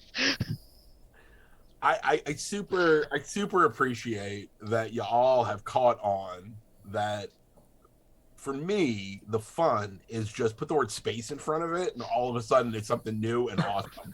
Can I get some space bolt cutters over here? I need a space hamburger. You're like, it's a completely different thing. Yes, there's some space bolt cutters. Definitely, you definitely have that. That makes perfect sense. They look like regular bolt cutters, right? But a little tiny laser comes out the top. It's just like a big stick. Oh no, I'm envisioning like regular, but it's just literally like a 3-inch laser that comes out of the top when you hit the button. You squeeze it like this. You squeeze like this, and then a laser goes. You gotta like pump it like you're like churning butter. It's not how you churn butter. You churn butter like this, like a bellows. It's also That's what I meant, like a bellows. Yeah.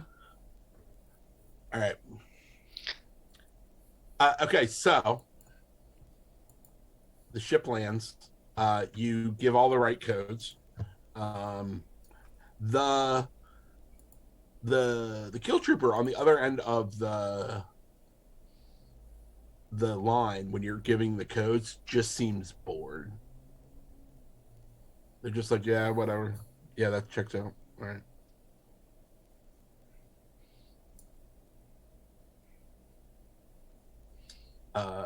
The ship lands.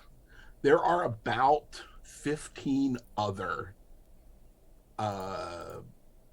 like troop carrier style ships here.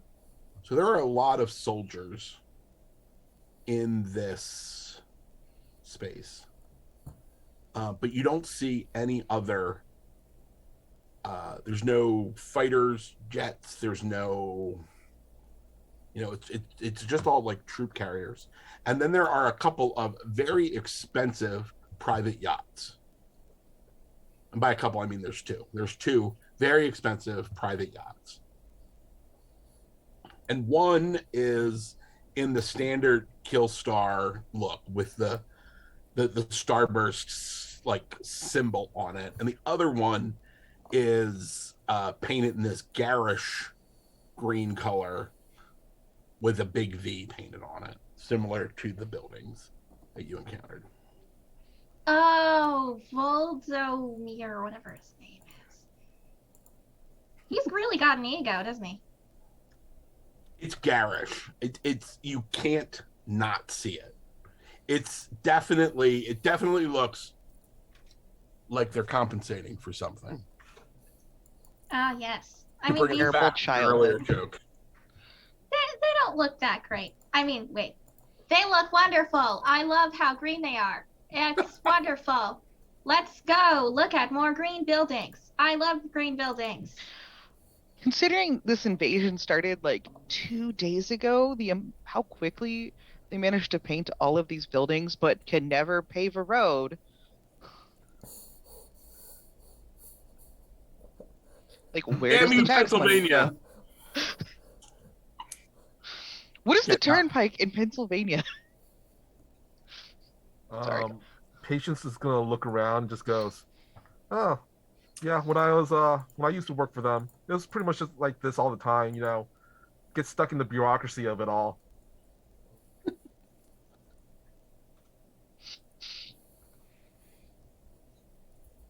I'm gonna put an asterisk here. Michael, remind me about the asterisk when we are done. All right. You're stuck in the bureaucracy of it. You feel it. You guys are walking by. No one gives you any. No one. As you're walking around, you realize there are a lot of soldiers here. They mostly seem bored or scared or like you haven't seen any like no one seems like they're really into this job. What you do see are a lot of billboards around the town that all say, we have saved you from your enemies. And your enemy is yourself. And love is hate, hate is love. Killstar Republic forever. Forever. Like, where the four and the E. Are forever. Forever. Killstar forever. And you're able to walk through like all of that to get near those government buildings. And when you get to the government, when you get up towards the government building, you can see that across the way, in like the kind of like small square, there is a second fence. But this fence isn't a like energy fence. This is like an actual like cyclone chain link fence around a whole bunch of actual houses. Like it's just like they went into the suburbs and were just like, oh, we're 2nd Street down to 4th Street and then over to Market. We're just going to put a fence around it all. And there are a lot of people there. You see them like sitting on their porches, walking in the streets, and they're all kinds of people from all kinds of walks of life. There's farmers. There's like people. There's people that are just like wearing their like work uniforms, and there's like, they all just look like they just got like ripped out of bed and just dropped inside this like 4 block by 4 block fenced in area, and it is literally across the street from where the green government buildings are. Is there any Well, way in it's a that good area? idea we got Patience. well, I was gonna say, well, it's a good idea we brought space bolt cutters. I was gonna say ask a question, but the answer is yes. We should try. We should try to get in that area, and organize that group of people. With that being a residential area, they're gonna have access to whatever's in their houses or these random people's houses. That's a lot of resources. So, um, whatever weapons or their own boat clutters or pots and pans or anything. Were you carrying explosives Yeah, that from too. the ship? But Yeah. did you bring the box of random weapons? Yes. Okay. So you're like pushing like a hover. Yeah. You're like pushing like a Why not? grav wheelbarrow full of explosives and weapons. Get a drunk Pravda. Probably. Oh, that's a really good question. Let's flash back. no. As you're getting ready and you're getting off the piece, you knock on the bathroom door. With the helmet. Oh, yeah. The door opens and Kazarov has shaved and washed his face, Wow. and he's standing straight, and he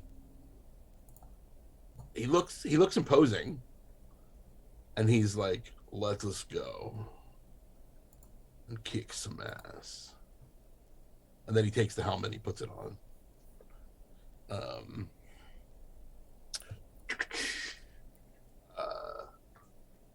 You feel like he's not a liability.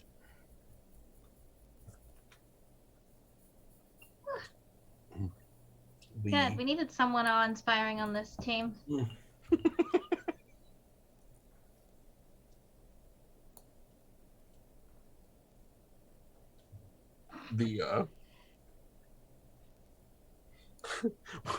When he said that the ship went, but me.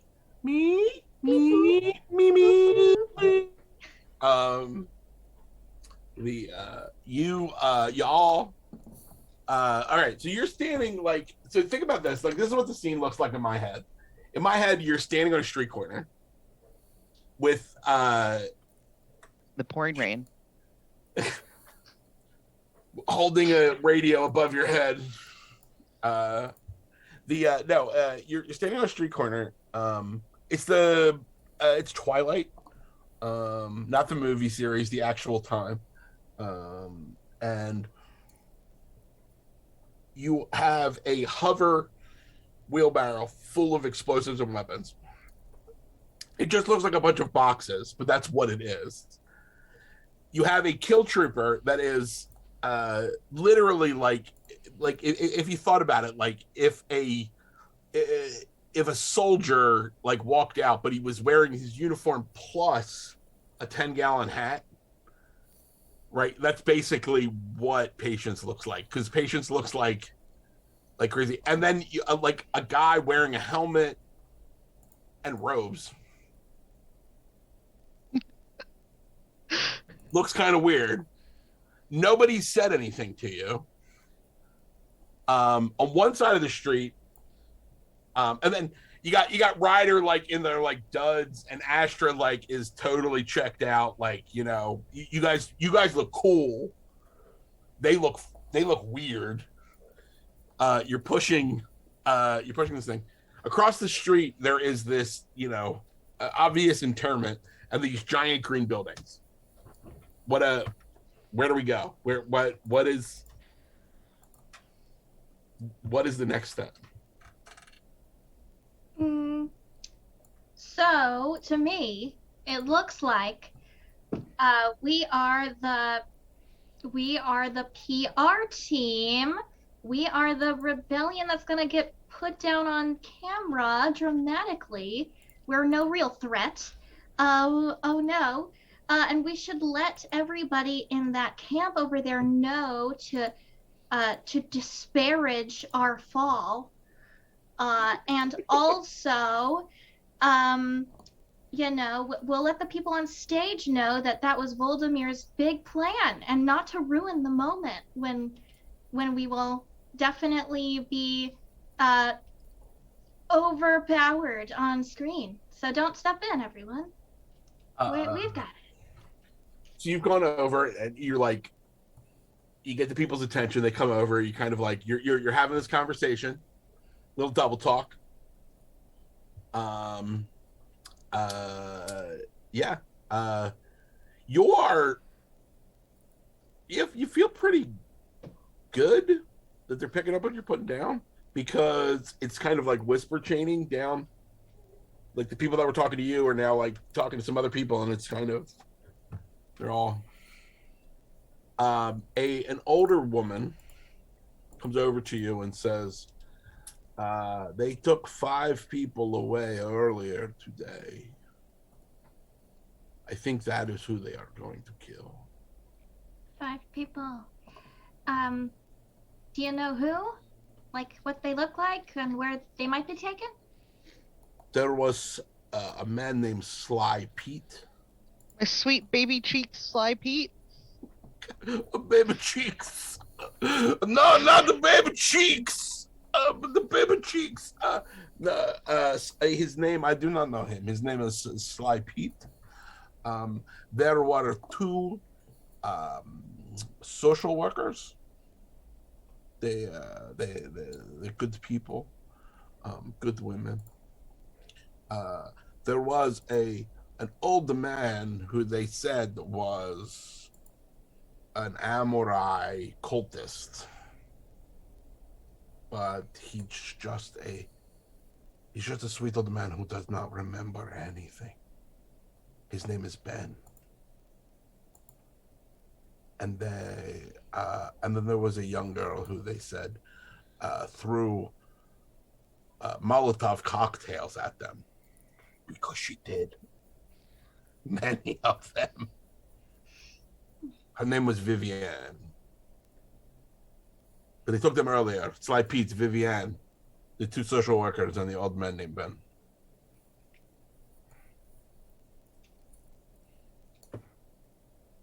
At this point, you guys think you have about a half hour before that happens?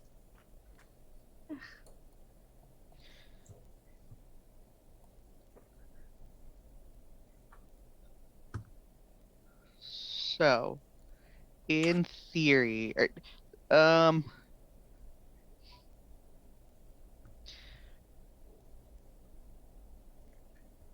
In theory. no, I'm not going to make that guess.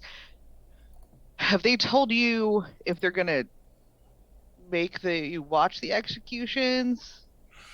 At precisely at 8 o'clock, we are all, or 7 o'clock, we are all supposed to go into the houses we've been assigned to watch it on the television.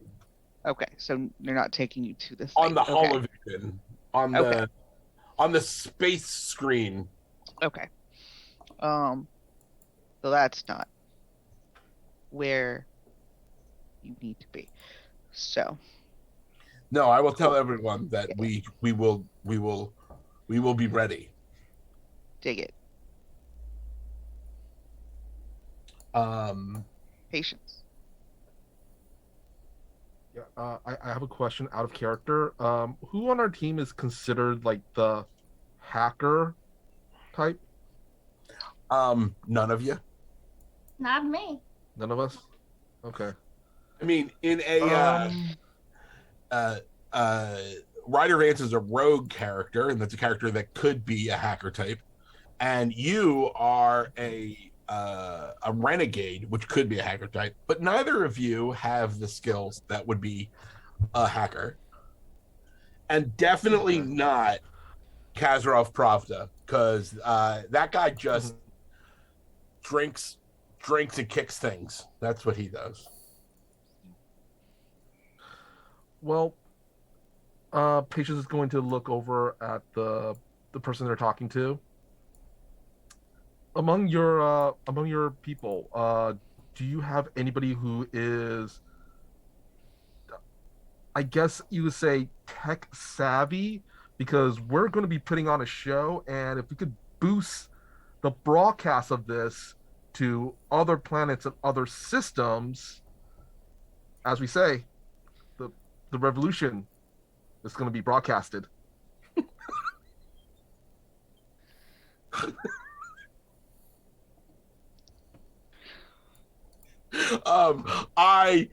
Yes. So she says, we have so many nerds here. So many nerds. There are nerds everywhere. They all saw something they should not have seen. So yes, I will talk to the nerds. In fact, she turns around. She's like, Jimmy, come here, boy. You are a nerd. Get together, the nerd herd. Jimmy, you are a nerd, and for once, nerd is important. I need you to go. Get all of the nerds. They all pop up like cubicle prairie dogs. Boop, boop. Where people need me. Meerkats.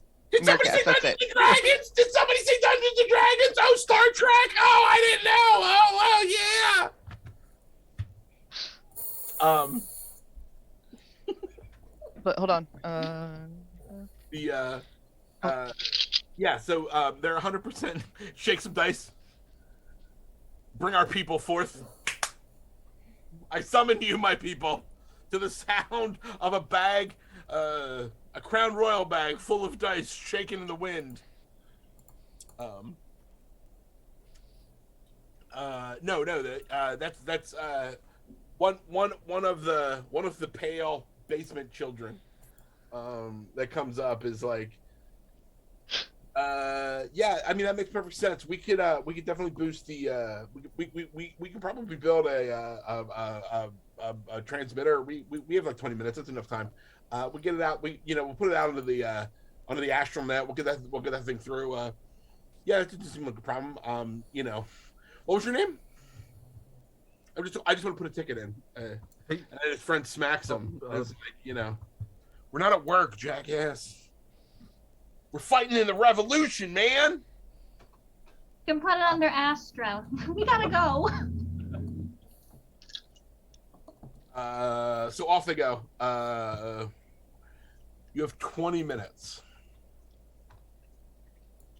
We're gonna head right for the execution stage. Let's just make a little beeline.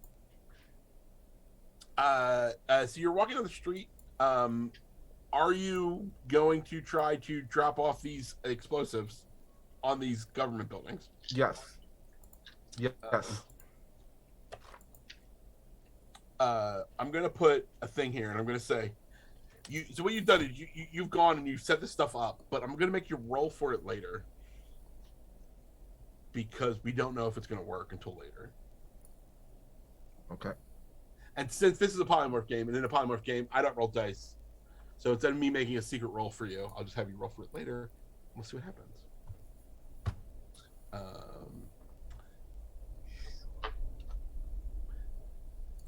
You are making yourself across, and basically there is a large area that probably was like a sports field or something that they have turned into a big raised platform. And in the middle of the platform, as you get closer, you can see that there are 5 clear glass tubes, and in each of the tubes is a person. And then there's some funky machinery above them. You're sure it's filled with poison, or it definitely looks like this is a gaseous explosion. And then in front of that piece, there are a whole bunch of kill troopers, ships worth of kill troopers, just lined up in military precision. And you can see that there's these big giant cameras. And then behind behind that, there's this giant screen.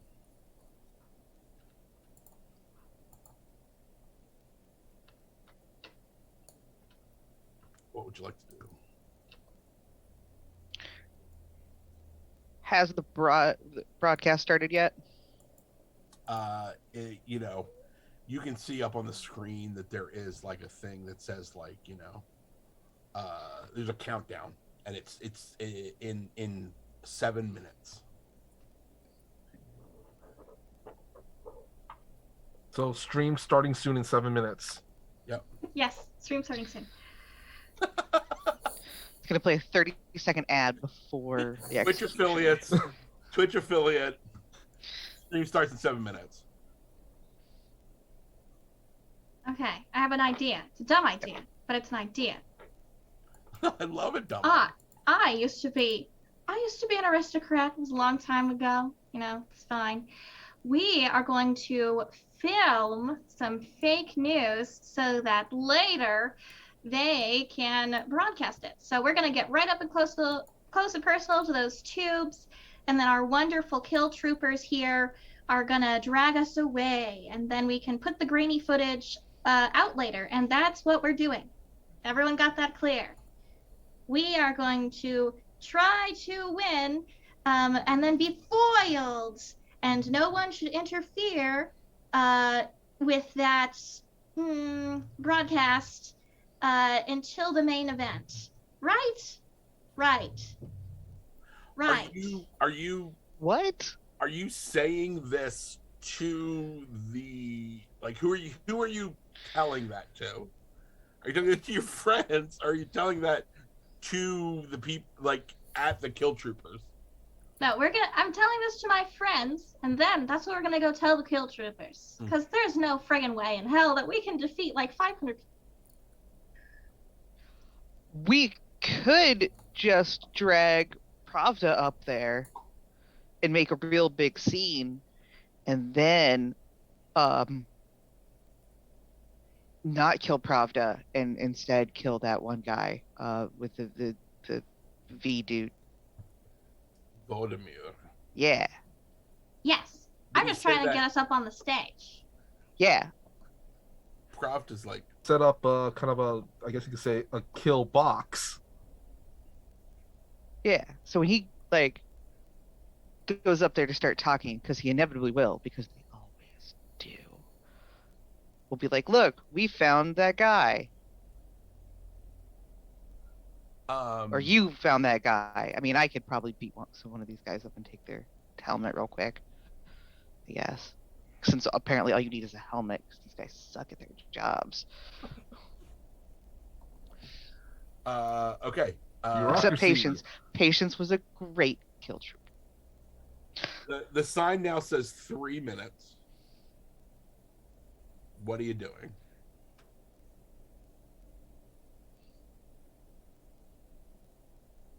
You throwing out a bunch of ideas. Sign says 3 minutes. Just start walking up there. We'll make our excuses as we go.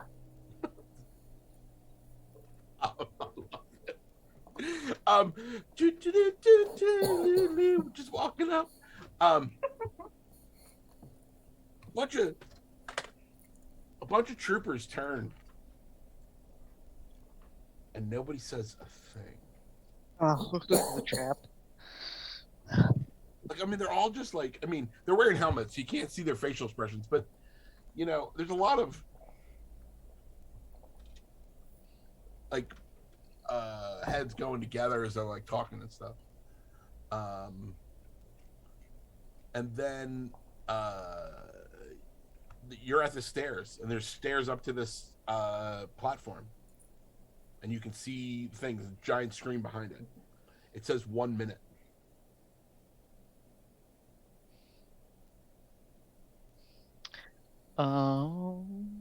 What's there?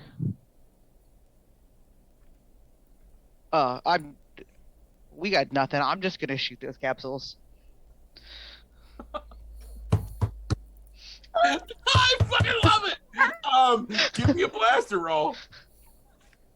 And Boring conversation anyway. Oh, I got a 6.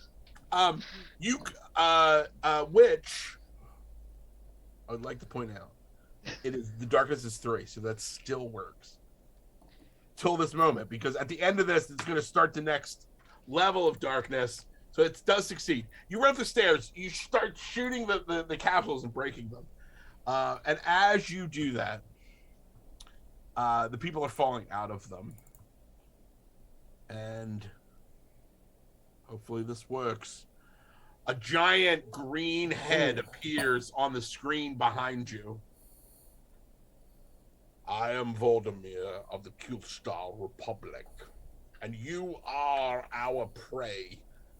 You weak, inefficient. I'm gonna shoot the screen. All right. Or the speaker, whatever is making the noise. 5. You blow the screen up. You put holes in the screen, but it's this giant, massive screen.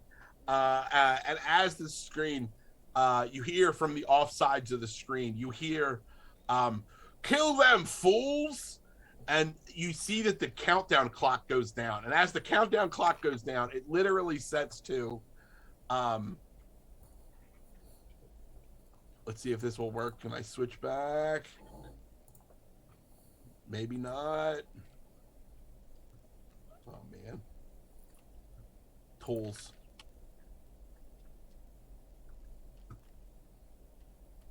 All right, can you hear me? We can hear you, Yeah. but it's Oh, just it's a the best. triangle. It's the best TV, everybody. You hear from the offside of the piece, you hear, get them to fools, and then you see that the countdown knocks down, and at the bottom of the countdown, the piece comes on, and on with the remnants of the screen, you just see Ryder standing there at the top.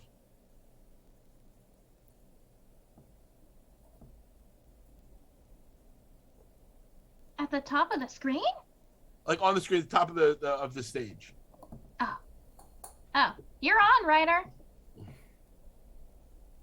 Like the camera switched to just showing me.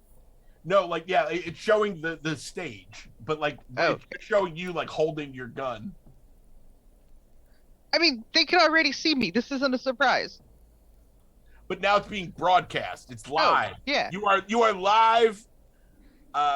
You are live everywhere. Oh, okay. Gotcha. What we asked them to do. What you asked them to do. You are live everywhere. You are live. It was worth it for that cool thing, but obviously there's some technical issues. But that's okay. We're back. We're live everywhere. Oh, patience. I can't tell if you have your hand raised or if you are frozen, Michael. Oh, I have my hands raised. Yes. What does patience want to do? Yes. Wait. I was wondering. There's no facial expression. Your ability to freeze is really good. While Ryder's on the screen, Patience is going to be laying down a suppression fire into the crowd of kill troopers to keep them away from the stage. Oh, you're like shooting down like to keep everyone back. All right, give me a blade roll. Yeah. Or give me a blaster roll. Don't fail now. I got a 5. Yeah. You're dropping blaster fire. The crowd moves back. You can hear an audible. You realize that they're all sitting there. You know, they're not armed. Like they're a parade rest. Like they're not carrying their guns. There's like 100 soldiers here, and it's just all part of this like ridiculous, piece. But at that, some of them start to be like, and taking off. The crowd starts to disperse. There's a guy on the camera, or the robot on the camera spins the camera around. It'll be a robot, and is watching the kill troopers run away. Asher, what do you do? Now's the time for a big old speech. All right. Oh Lord. I will run up onto the stage and hopefully drag Pravda with me if he's willing to go. Yeah, he's following behind you. And the first thing he does is he tries to he reaches one of the people out of the blown up cylinders and he's helping them to their feet. Good. I'm gonna wave down the camera robot, like over here. The thing spins around, obviously, to look at you in the eye. All right. I'm here to help deliver a message. That message is one of resistance. Voldemir has only accomplished one thing, and that's instilling unnecessary fear in all of you. And we have someone here who can help directly fight off this entire invasion. But he is being super helpful and is kind of camera shy, so I'm going to introduce you to... And then I'm going to spin around and try to take off Pravda's helmet. It spins around. The camera, the drone camera comes like right up to his face and then pulls back. And Kazarov is like, people of Kiev, I am Kazarov Pravda. We must kill this guy. He fucking sucks. His name is Voldemir. He's a machine. A greedy, stupid machine. But we are the people of Kiev. And we will take back our home. And he ignites his freaking laser sword and he just and cuts the drone in half and the drone explodes. At which time at this point giant hover tanks crush over the outside laser walls and are approaching against the piece. Patience. At that point, Patience wants to add to that exclamation mark there and set off the explosives. Give me a blades roll. Come on, do it. Give me a blades roll with advantage right. because you were an assassin and a trooper. It seems like something you would know how to do. I got a 4 and I got a 6. Okay, that's awesome because when you roll with advantage and you succeed on both of them, it's a critical effect. So you roll a 4 and a 6 or both blades rolls. Blasters. Explosions just go bonkers. The government buildings just like fucking explode. It's like it's such an explosion that it causes a rift in the laser fencing around the suburban community, and a bunch of people come rolling out with all kinds of wacko weapons, like everything that you can think of that somebody in internment would build from their house, like rakes that are on fire and stuff. Patience. Also, when that happens, Patience is also going to add this one-liner. Reap what you sow.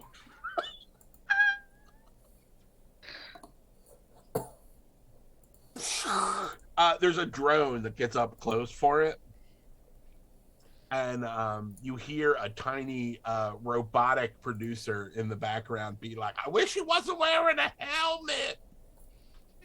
All right, focus around. The tanks are coming in, and a small shuttle starts to like float in. You now notice that it was hovering very high, like high enough that you didn't notice it. It's just like it's coming down, and the shuttle lands in the field that is now bereft of kill troopers. Though in the distance you can see that there are kill troopers that are going back. All the kill troopers have like run back towards the. They were running back towards all of the ships, the troop carriers, but then there was like an explosion. So you definitely think that they have been delayed in rearming. But then this like shuttle is landing in that space. Ryder, you see Sly Pete, aka Baby Pete, aka Baby Cheeks, getting out of the exploded tube, death tube. It was execution by death tube. You owe me 2.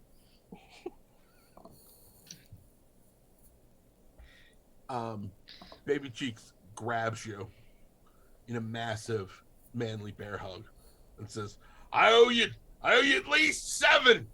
I'm at least worth 5 people.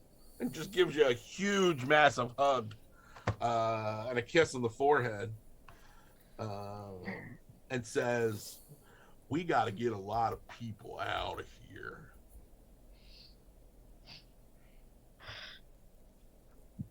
Well, I made friends with Marion. I mean, everybody's made friends with Marion. That's okay. Not a lot of people have made Marion, if you know what I mean, but everybody's made friends with Marion. But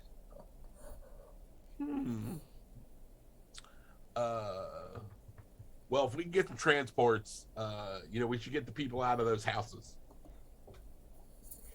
Now, commandeering stuff, that we can do. So, there was a real big yacht. It's got a terrible green paint job. Oh, yeah, let's blow it up. No. Put people right. in it and take it. Okay, yeah, I guess that makes sense. And you can sell it later. Or blow it up, I'll whatever. blow it up! Later. Yeah. Blow it later. The shuttle that has landed has now opened up, and Vodemir and a bunch of kill trooper robots come out of it. Kazrov Pravda has gone off to deal with that. What are y'all doing? Dibs on the pilot. Let's go. Yacht's not going to be there forever.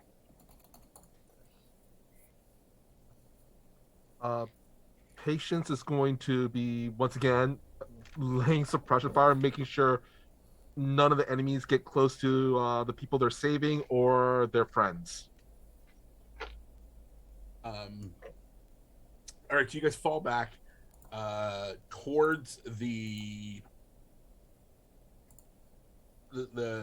parking lot, the Starfield. You're laying suppression fire. Give me a blaze roll. Everybody else, give me a move roll.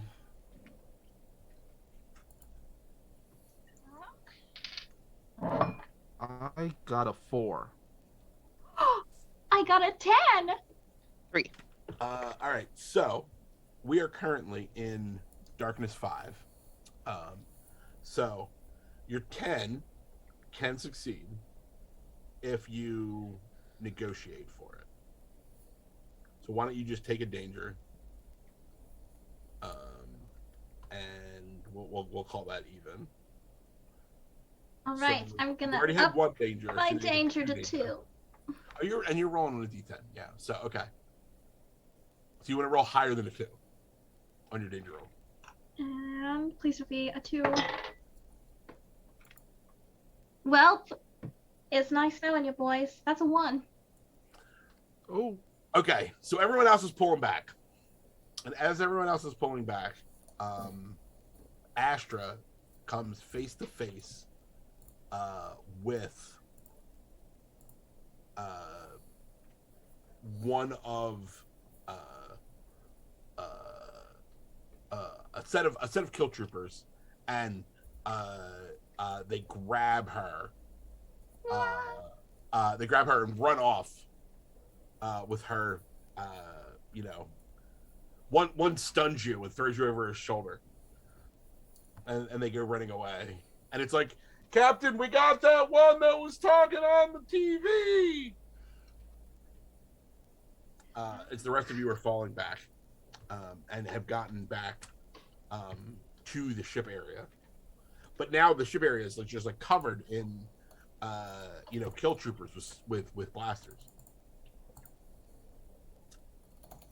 And Astra's been taken off down the street. What do you guys do? Well, I mean, I guess she keeps me from having to talk to patients so much, so I'll go get her. Baby Cheeks is like, hey, you go get your friend. I'll get everybody out of here. And then makes like a hooting call, and a bunch of people follow him as they go running towards the parking lot full of ships.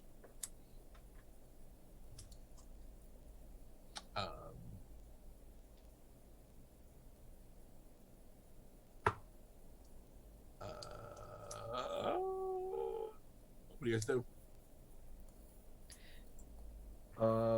Patience looks over at Ryder, just nods, and yeah, we're gonna go after Astrid. All right. Off in the distance, you can see there's like laser flashes and laser bolts that are going off. In the movie version, there's like it cuts scenes back to them, but that's not important right now. What is important is that your friend is being chased. You are to use another film that this has nothing to do with. Marion Ravenwood has been run down, and you two are chasing through the group of people. And there's a bunch of kill troopers. They all look the same because they're all wearing white hoods. That in no way, shape, or form is a metaphor. 100% shape or form is a metaphor for racism. Just let you know that. It's not a metaphor. It's not subtle. It's not even a metaphor. It's not even subtle. It's just overt.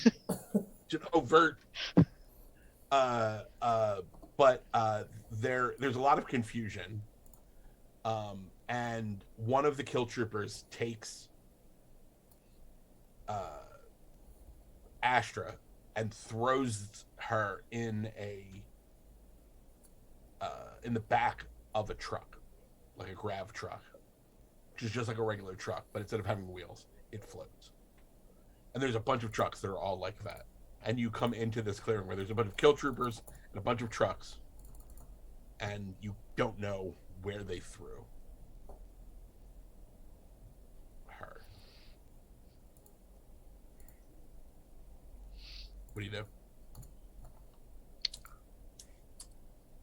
So which basket is she in? I did say Marion Ravenwood. I mean, Okay. Sorry. Very specifically Sorry. that I was stealing this thing. Okay. But what basket is she in? But by basket, I mean grab truck. That's the question. Guess you can't shoot them all. Would we have? Yeah, I was gonna say, would we have like some sort of communication device, like a space cell phone or something? Yeah, no, you guys we can use yeah, you guys can definitely. You have communicators. You can totally talk to each other. Yeah. I'm gonna start making fun of the size of her gun and see if she shouts at me. Thanks. You're pretty so confident. unconscious. You're pretty confident that they stunned her. Patience. Patient's gonna try to track down where she is using their space cell phone, I guess. So you're trying to get on the convoy. Like, you guys have come into this like huge area, and there's like all these kill troopers, and you're like looking around, and you're like, Hey Astra, where you at? Uh, Listen I'm for thinking her more like the ringtone. where's my phone app? Oh. Where's my phone app with space? Ding, ding, Um, ding, ding, ding, ding.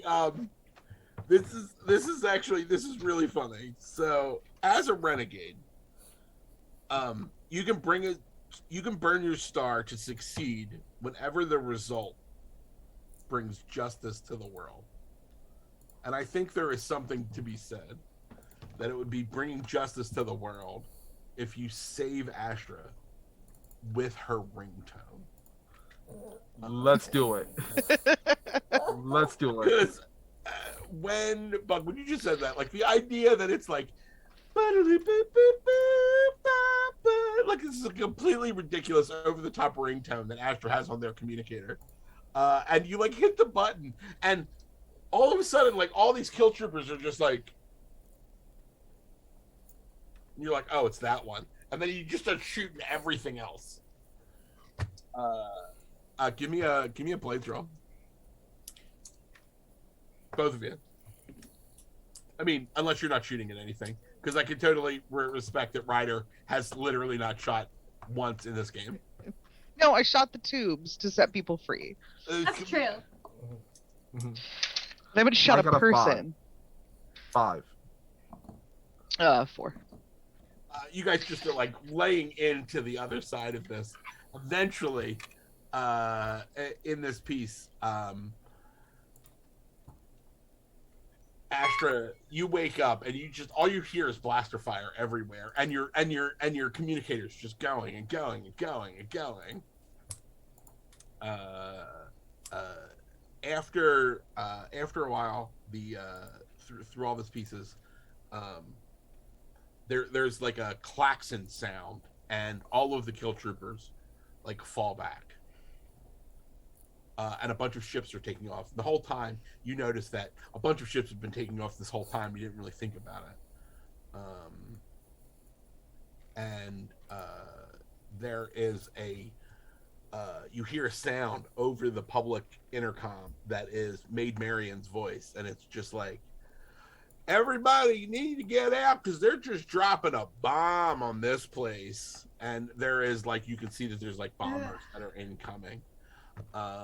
And so you fall back to your ship with all of the other people that have been freed from this internment camp, and you take off in the last hope. And later, Ryder has a really hot date with Maid Marian, and Patience spends a really long time with their gun. And Astra sleeps off a really bad headache from being stunned, which sucks.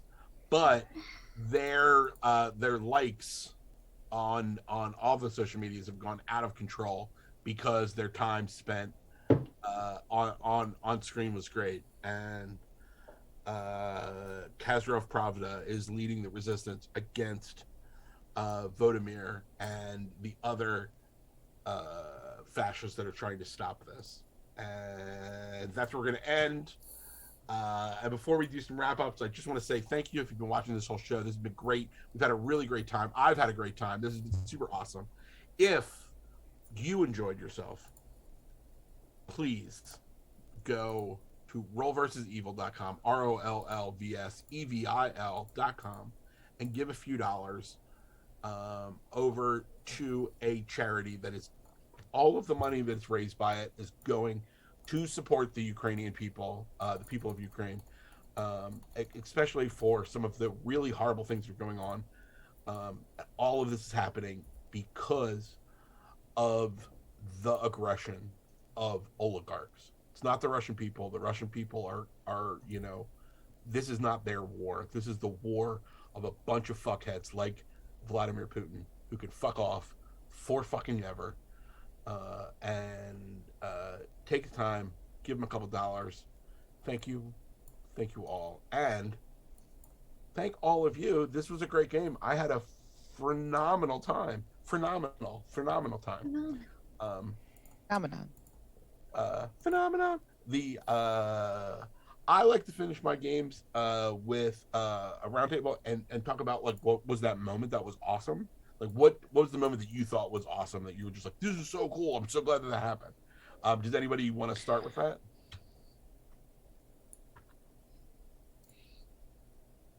I'll start then. Since everybody. I thought there was a lot of really great stuff, but I always love when someone picks up and takes ownership in a situation. And when you, Bug, were like, hey, his name is Sly Pete, but his mom calls him Baby Pete. I was like, 100%, I am so in for this. And then later came back with Baby Cheeks. And I was just like, Baby Cheeks is just like the best. I can't handle it. And now I'm picturing this like big, huge guy that like serves barbecue in space. Yeah. Space barbecue. Space barbecue. That people call Barbecue. Baby Cheeks. Baby Cheeks. So good. So good. I loved it. Fantastic. Fantastic. I also super loved Astro Monarch as like an influencer. I thought that was super rad. Tessa, full points. And Michael, like the idea that you wore that helmet this entire time is freaking insane. It's insane, bro. Art. Commitment. So those are my moments of awesome. I also just loved when Michael made the reap what you sow line. I just thought that was so cool. I don't know, the one-liners always get me. And I was trying not to freak out. It didn't work. Oh, I also love the freaking giant gun. I love the giant gun. After Monarch being like, blah! I have the largest pistol you have ever seen. It just doesn't fit on the screen.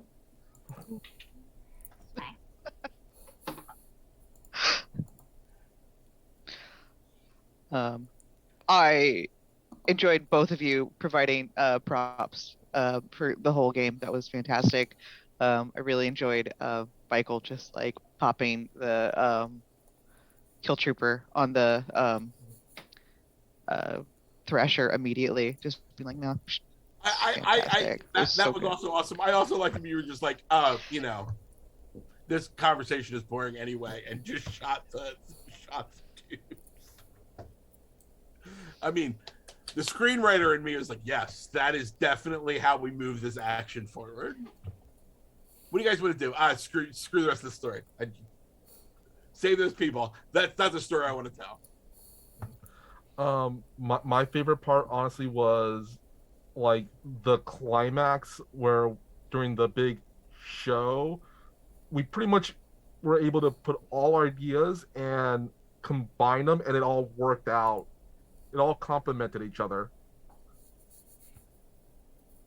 Yeah, no, it was good stuff. Hey, if you're at home and you thought this was awesome, you can, one, go to rollversusevil.com, give some money to the people of Ukraine. You can also buy a copy of Rebel Scum. This is the game that we played today. But buy that later. Give some money to Ukraine now. And then you can come back like a couple weeks, buy a couple of Rebel Scum. Thank you so much. Thank you to Ryan Omega and Life Action Roleplay for hosting us once again. This is a great thing. We will see you in a couple of weeks for our next. I think we have some mazes stuff coming. It's going to be really, really cool with me, and we have some other really cool stuff that is on the horizon. My name is Chris O'Neill, and you can reach me at All Hail King Torg. All Hail King Torg. On the Twitter. You can reach all of 9th Level on any of the platforms at 9th Level Games. That is 9th Level Games. And we have a lot of stuff coming out. Our next big activity is the Dark Tower role-playing game Kickstarter, which will be this summer. We'll talk about that in the future. Hey, Michael, why don't you tell the people where they can find you?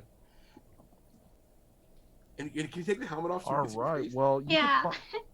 You've been wearing the helmet. Take the helmet off, bro. Well, first of all, I'm You're gonna like, say I'm Rebel Scum, yeah. and then take off my helmet. Whew. Let me put Your my glasses commitment to on. that is amazing. Well, I am art. But yeah, I'm Michael Pow. You can find me all over the internet on my social medias, which is at Mr. Kapow. That's MrKapao. Or my Facebook page, which is facebook.com/Michael Pow Does Stuff, because I do a lot of stuff like my YouTube channels, Fantastic Tales of Adventure and Dastardly Tales of Horror. My upcoming schedule right now is right after this at 6 p.m., which is in 10 minutes. I'm going to be on Toyzilla Network for Toyzilla Live, where we talk about toy news. And then, let's see. Oh, this week I will be at WonderCon. So if you're there, stop by the Heavy Metal Comics booth and say hi. And also, I will be on a panel on Sunday at 3:30 p.m. for it's called In Plain Sight, using everyday style to express your inner superhero. It's a geek fashion panel at 3:30 p.m. in room 208. So yeah, hope to see you there. Bug. You can find all of my stuff at, again, I'm Bug. Find all my stuff pretty much at the Bomber Bug on like Instagram and Twitter. I don't think a Facebook or anything. I have a website that is very badly put together. It's Tiny Kaiju Robot, where it's my brother and I's stuff that we do together. And I do tons of stuff with Ninth Level. I host games for them on Start Playing. So you can, some of that stuff is free, some of it's pay, but I run a plethora of their games and work on stuff with them a lot too. So again, it's just the Bomber Bug on various social medias. Tessa. Hi, I'm Tessa. You can find me on the internet sometimes at Asset Tessa101. It'd be a palindrome if someone else didn't already take it. So add the 101 to the end. Also, if you want to do or see any projects that I'm involved with, I'm going to be at Dragon Thrones in the summer, as well as Quest Adventure Games Starfall Academy, where I'll be playing, Grandmaster Vega Solon. Also, if you wanted to pre-order at your favorite game store, The Road to Innsmouth, it's just a big immersive Lovecraftian thing that we tried to squeeze all the racism out of. And it's super fun. So enjoy. And thanks for letting me play with you guys. I got all this racism out of it. All right.